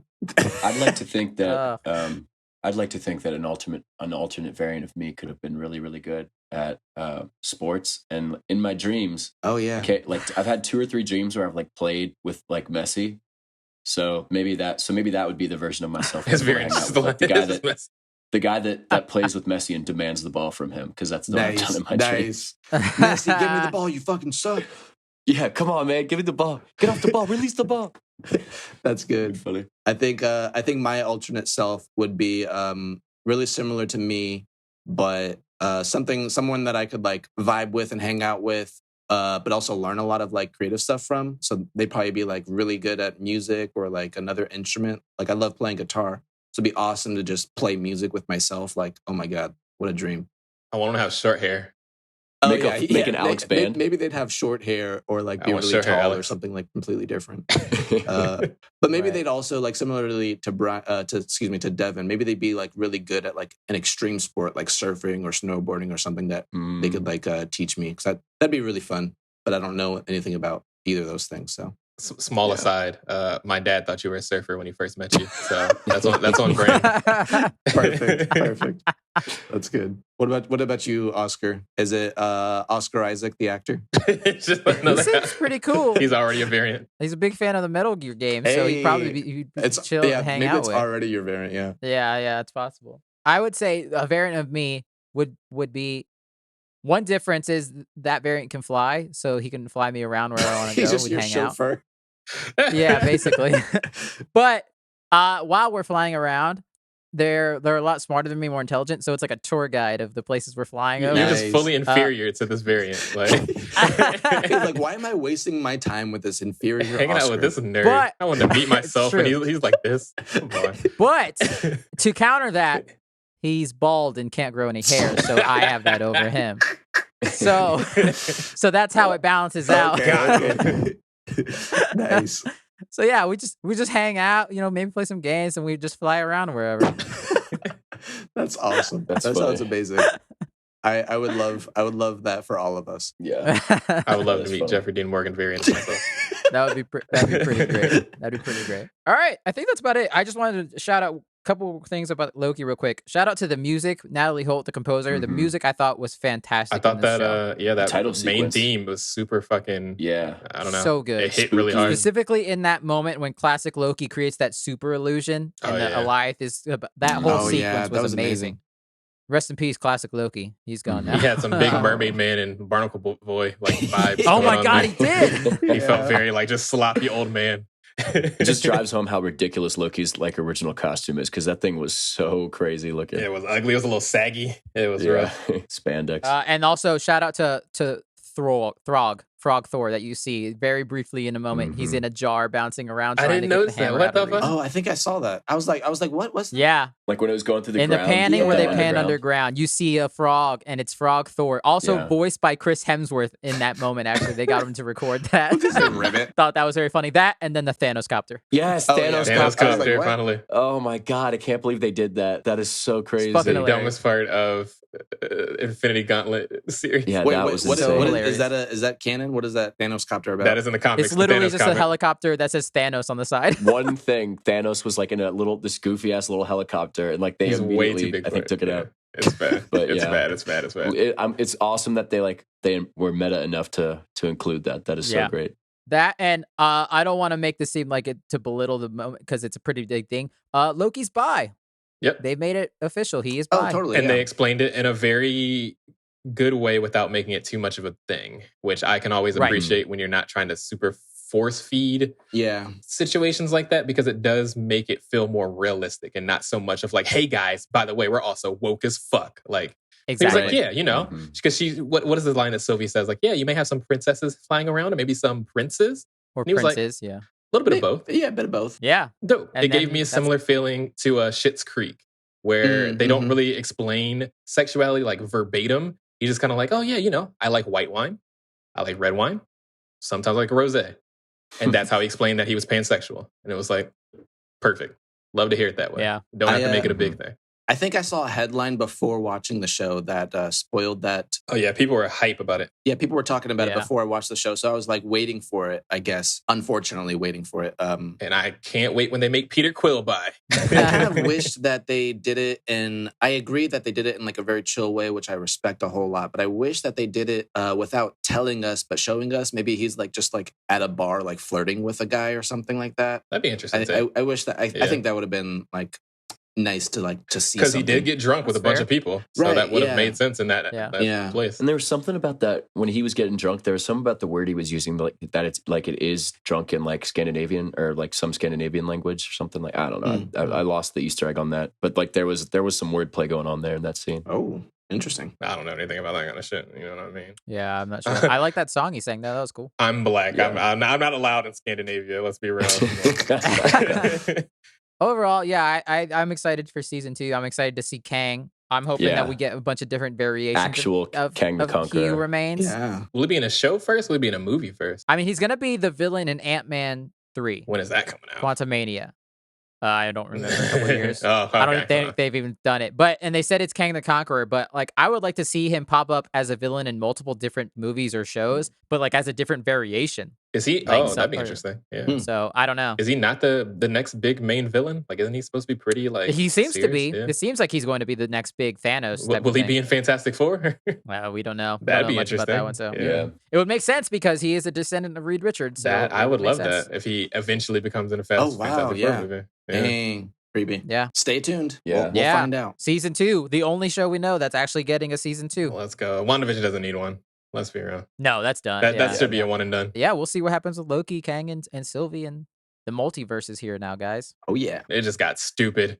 The Marvel universe has got fucking dumb. We'll see where it all goes. But yeah, all right. I think that's about it. I know it was long. We wrapped it up. Let's do it. You guys ready to move on to our final segment of the week? Free for all. Do it. Title pending. Yes, listeners. So in this segment, we kind of can do whatever we want. It can just be, we can pose a question to everyone. We can recommend something. We can just talk about what we did for our day. It's free for all. So let's begin. I'll go first. Because we just finished talking about Falcon and Winter Soldier and Loki. I wanted to ask you guys the funny miracle question the therapist asked them real quick. The question is, suppose that while you're sleeping, a miracle occurs. When you wake up, what is something you'd like to see that would make your life better? I'm rich, bitch. Easy. That's pretty. I mean, it's a pretty solid answer. I feel like it's a pretty easy go-to answer for most people. Let me try and think of another one because that's two. That's like two. That would solve so many problems. Yeah. I will say, mine's gonna be real corny and cheesy, but because I don't want to just say money because it was just too easy to think of that from my head. Yeah, I could help myself and so many people. Like that'd be great. That's true. Yeah. I would say, in the general sense, love. If I woke up the next day and there was more love just in the world, not just for myself, but for everyone, I think the world would just be a whole lot better. That make me cry, bro. That's great. I think people would stop being so greedy if they had more love in their life. I think just a lot of things would just get fixed in the world potentially. Yeah. What was the question? I'm That sorry, I sounds- got knocked off. The question's like, if you woke up tomorrow and there was a miracle had occurred, what would you want it to be? That would make your life better. I think no one having to worry about money. It kind of goes into the love thing where I think that people would just be generally better if they had love. They'd be generally better if they had money. So I think people say money can't buy happiness, but also those people that say that also have money. Funny how that works. I know me personally, a lot of my issues that come about to my day to day has to do a lot with money. Mm-hmm. And then I think that gives me a lot of propensity to like take time to focus on other parts of my life and, focus on mental health and physical health and things like that. Because as soon as I don't have to worry about my bills being paid, I can worry about things like, am I good? You can do whatever you want. Like, am I okay? You know what I mean? Yeah. So, yeah. Money's a hard one not to do. Right. I would want like us to, I would love to wake up and that the world had solved climate change. And whether it's like we figured out batteries and we were going to start with we were just going to go straight to renewables and figure out the battery problem, or that we just reduced our CO2 emissions and we all were just going to embrace, not doing anymore. I would love that. I would love the world to actually like embrace, the need for us all to kind of treat it with the urgency it needs. That would be great. I would love that. That's That awesome. would be great. We're out of answer. time. We gotta start doing something because we're out of time and we're fucking up the whole planet. I know. It would be nice. This went real deep. Yeah. I hate it. Yeah, that's deep. I wanted to bring it up in the main topic, I'm but we marinate just on ran out that. of time, so I cheated. Nice. Okay. Well, I'll go next. I have been watching something lately. It's the Avatar series, both different series. Yeah. I originally watched The Last Airbender with Aang the Bald Boy. Bald Boy. When I was, I watched some of it when I was like in middle school, high school, and I was like, okay, this is cool, but I never really caught up with it until college. I like binged the whole series. I was like, this is amazing. Like this is like a really great story, you know? So I finally rewatched it, and me and my wife loved it so much, and it was great. It teaches you as an adult or a kid like so many great life lessons. And I was excited to finally watch Legend of Korra because I only watched the first season of Korra in college, and I really was very turned off because after coming directly off of The Last Airbender, Korra seemed so drastically different. So small. So I was excited to give it another shot. So I just finished book 2, and it's so far it's really great. I hated the first season. Still, I did not like it. I feel like after watching the second season, I can say with confidence that the reason I didn't like the first season Check time code. is because the stakes were so small and insignificant. You have this avatar who is like so powerful, and albeit she's like cocky and whatever, like I can accept that she's cocky and like not the best person because she needs to be able to go on this journey or whatever. But nothing really matters. Like the whole time they're just like competing in this tournament to try and win like some cash money. I'm like, Aang was out here trying to save the world, and you guys are just trying to win a tournament for fun. Like this show's stupid. Like what are we even doing here? After that ended, and the second season starts, and you're getting into like more spiritual stuff and like healing each other from within. It gets really deep and really beautiful, and I'm excited for the last 2 seasons. That's a big thing for me is I had the same issue, and that's why I was a little reserved about it. I ended up watching most of it during college for the same reason. I loved Avatar, so when Korra came out, I was like, of course I'm going to watch this. And I was like, what is this? It felt very similarly to Dragon Age 2 and how that felt to me compared to Dragon Age Origin. Whereas like Dragon Age Origin was such a big story about the world and everything mattered so much. And then Dragon Age 2 was like, everything is based in this city. And you were like... Yeah, Dragon Age 2 kind of sucks. Right. People think it sucks for that reason. And it's unfortunate that it came out the way that it did. And I think a lot of it had to do with, trying to cut costs and trying to cut time when making it. But it was that kind of thing. The same thing with Korra, where it's like, oh, I didn't like this. But once Korra gets going, Korra gets super great. It's great, man. And the best part about Korra is it hits even like... The big thing that I loved about Legend of Aang is how it hit like really serious like points in such a digestible way. And then Korra even does that even more so because Korra gets into stuff about like depression, sexuality, gender roles, stuff like that. It gets in such like deep It's very meanings. adult for a kid's show. Yeah, exactly. And that's still considered a children's show. Like we talked about Bad Batch and how that was kind of like it hits the kid way, but like this show is kids, but it still hits these like places that I just love the way it hits it because it's so good at digesting pretty tough subjects of like, yeah, Korra gets her ass beat pretty often in that show. I don't know if you got to that point yet. But she is not always the winner in that show. And it has consequences. I usually would expect her to lose fights. Like every single time she got in a fight, I would actually expect her to lose. Yeah, so that show as a whole, I love that show. And I love it more than I think Legend of Aang, to be honest. When it comes down to it. Well, I'm excited to see how the second half of the whole series winds up, I guess. I think you'll give us updates for sure. To be fair to the creators of that, like I thought that book 1 was really good. Like it was like a fully condensed story, but they didn't know. So like Aang's story, they knew what they had. Like they were going to do like Aang's full story. with Korra, they had to get renewed in between each season. Mhm. So each season had to be its Oh, I own see. story, and they couldn't really make a longer narrative. I could kind of feel that. The last season didn't even come on Nickelodeon. It came on their website. They're Mhm. online. Yeah. Yeah, you had to watch it So online. I'm curious wow. if they had That's said, sad. "Hey, you guys have 4 seasons of this Korra show."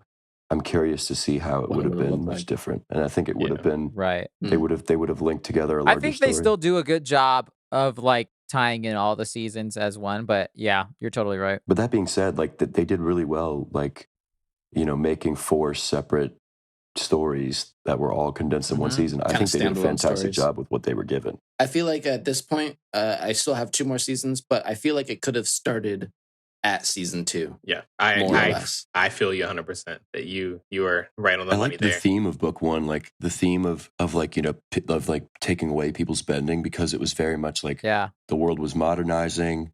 There's a lot and, of like, politics in there.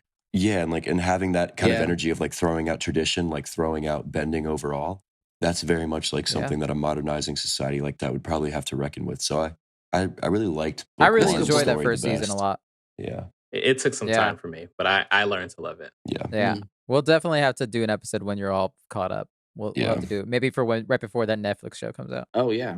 Perfect. Hey, well, I can go next. I started watching this show recently on Netflix called Medici, about the Medici Bank. Oh. And like it's pretty lame if you're not into it. But yeah, the Medicis were like, they ran like the biggest bank network in the Renaissance, and it was actually their affluence that allowed for like a lot of the Renaissance to happen, like some of the art and stuff. So they financed like Assassin's Sick. Creed 2, man. yeah. Oh, But this anyway, is where I've heard it from. So Game Assassin's Creed. so one of the Medicis is played by Rob Stark. I actually never have known Rob Stark's actual name. I have no idea what his actual name That's is. his name. I'm I pretty watched sure the that's whole his name. series that he was in. Richard Madden. Oh, there we okay. go. Yeah, I watched the series he was in, and I still don't know his name. It's Robert Stark. He plays Cosimo Medici, and he's very like in Rob Stark energy of just like doing what's right for the family kind of thing. Like he basically just went right into another role where it's very similar. So I've been enjoying it. It's a good show. Nice. Cool. You should also watch Cool. Bodyguard if you like that actor. I have been meaning to watch Bodyguard that too. is only yeah. 6 episodes. It's very good. With Rob Stark. Kevin Costner. No, that's the and, Bodyguard. Yo, that's a Not the great Whitney movie. Houston movie. Whitney Houston. That's a great movie. It is. You're not wrong. Rob Stark is not in Rob that. Stark is not in that. You're correct. He is in Bodyguard, and it's very British, and he is in that. Oh, that's funny. But yeah, Okay. for me, I actually have something completely different from anything you guys talked about. I want to talk about food with you guys. Ooh. Yes. I So love in food, my dude. time of hating cooking over the pandemic, I've just been trying a lot of shitty ass fast food to get my fill. And one thing I've been doing is trying all the chicken sandwiches of the world that has happened over, because chicken sandwiches gotten really popular since the 18th time that Chick-fil-A has gotten caught. Tell giving me you their tried money. that Taco Bell crap. So, talking about how Chick-fil-A has been terrible and people don't want to buy from Chick-fil-A anymore, I've tried a lot of chicken sandwiches, including Popeyes, Burger King, KFC, McDonald's, Taco Bell, yes. And I will tell you guys, so far from what I've tried, Popeyes, for starters, is one of the best chicken sandwiches I've ever had before in my life, especially the spicy one. Wow. So everyone should probably try that if you do enjoy a chicken sandwich. The breast is very large. Yeah. That pause. Slow pause. I will say again, the breast is very large How them thighs though? for consumption. Let's not get weird about it. Okay, guys. Second, miraculously, is somehow Burger King. I broke my decade Really? time of eating Burger King. I've not eaten Burger King since college, and I ate Burger King probably maybe 2 weeks ago.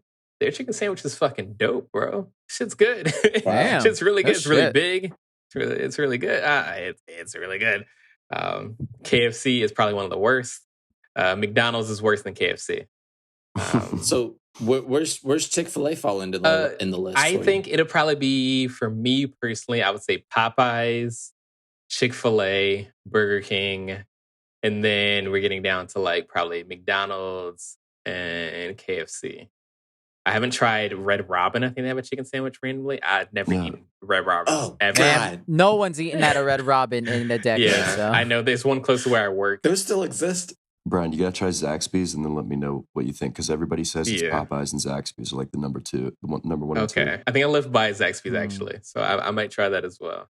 But yeah, so that me trying the chicken sandwiches of the world has been a very interesting excursion. But that's great. That sounds like an awesome adventure. Yeah, I thought Burger King was sounds being like It's terrible. funny how they all got in on it. Like Taco Bell's like, hey, we have a chicken sandwich taco that you guys can try. I didn't say that. Taco Bell is not in the running because fuck Taco Bell. So they have a chicken. They have a chicken taco. It is $1. And it is the worst thing ever. It is the smallest thing you ever seen in your I'm life. not surprised. And it is a piece, is a chicken tender on top of tortilla. And that is what you get. That's like what you know, guys, like Taco Bell, they are the only fast food joint that manages to make their food not look appetizing in the commercials. Like when you see a commercial for Taco Bell stuff, I want to eat there less.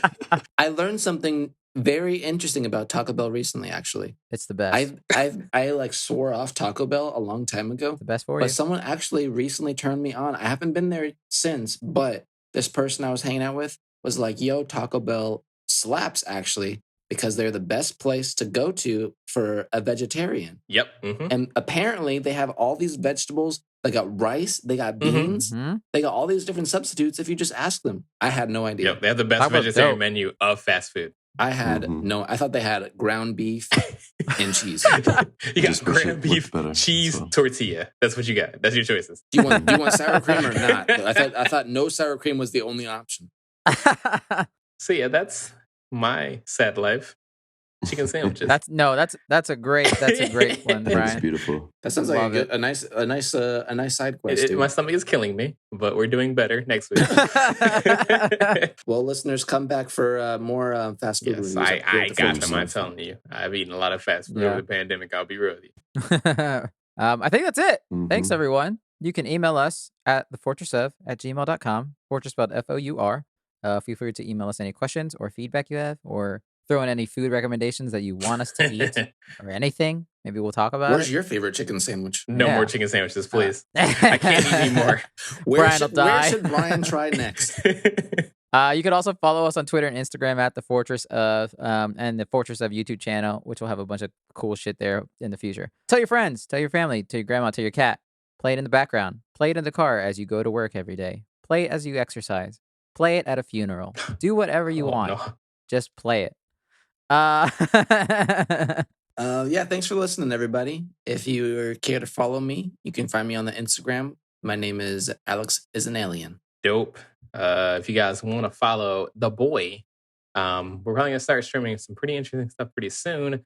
You can always follow me on twitch.tv. That is twitch.tv/bythewayx.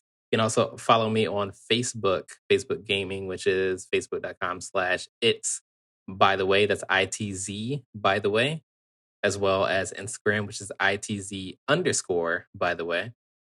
Yeah. Love you guys. Hey everybody. If you want to follow me, you can go over to Instagram. He's been so quiet this whole time. This man, and now has he talked? Now we have to expect him to talk so we can just cut him off anyways. Hey, it's your boy. It's me, Devin. I am over my girlfriend's house, and she's feeling pretty weird about me recording right now. So the irony behind the whole scenario. Honestly, we just gotta wrap this podcast up so I can go to sleep. All right, guys. So if you guys want to follow Kanye West, he released a new album recently. It's trash. You should listen to it. It's called Donda. It's a black screen. Go off. I think that's one of his lyrics. I heard earlier. Thanks, Devin. We love you. All right. Thank you, Brian, for the art. Thank you, Alex, for the music. Devin, once again, thank you for being here. We know you're a little on autopilot right now, but we appreciate it. Happy holidays, everyone. Also, thank you, Jackie, for helping the podcast. Oh, thank you. She wasn't here, so I couldn't. I know, but also New York. She exists. Yeah, she's alive and she's great. She's doing well. Jackie and I are neighbors Thank you for sound editing. Sort of. And helping out the podcast every week. Appreciate it. Put a code on its code out there. And we'll see you next week in another episode of The Fortress of...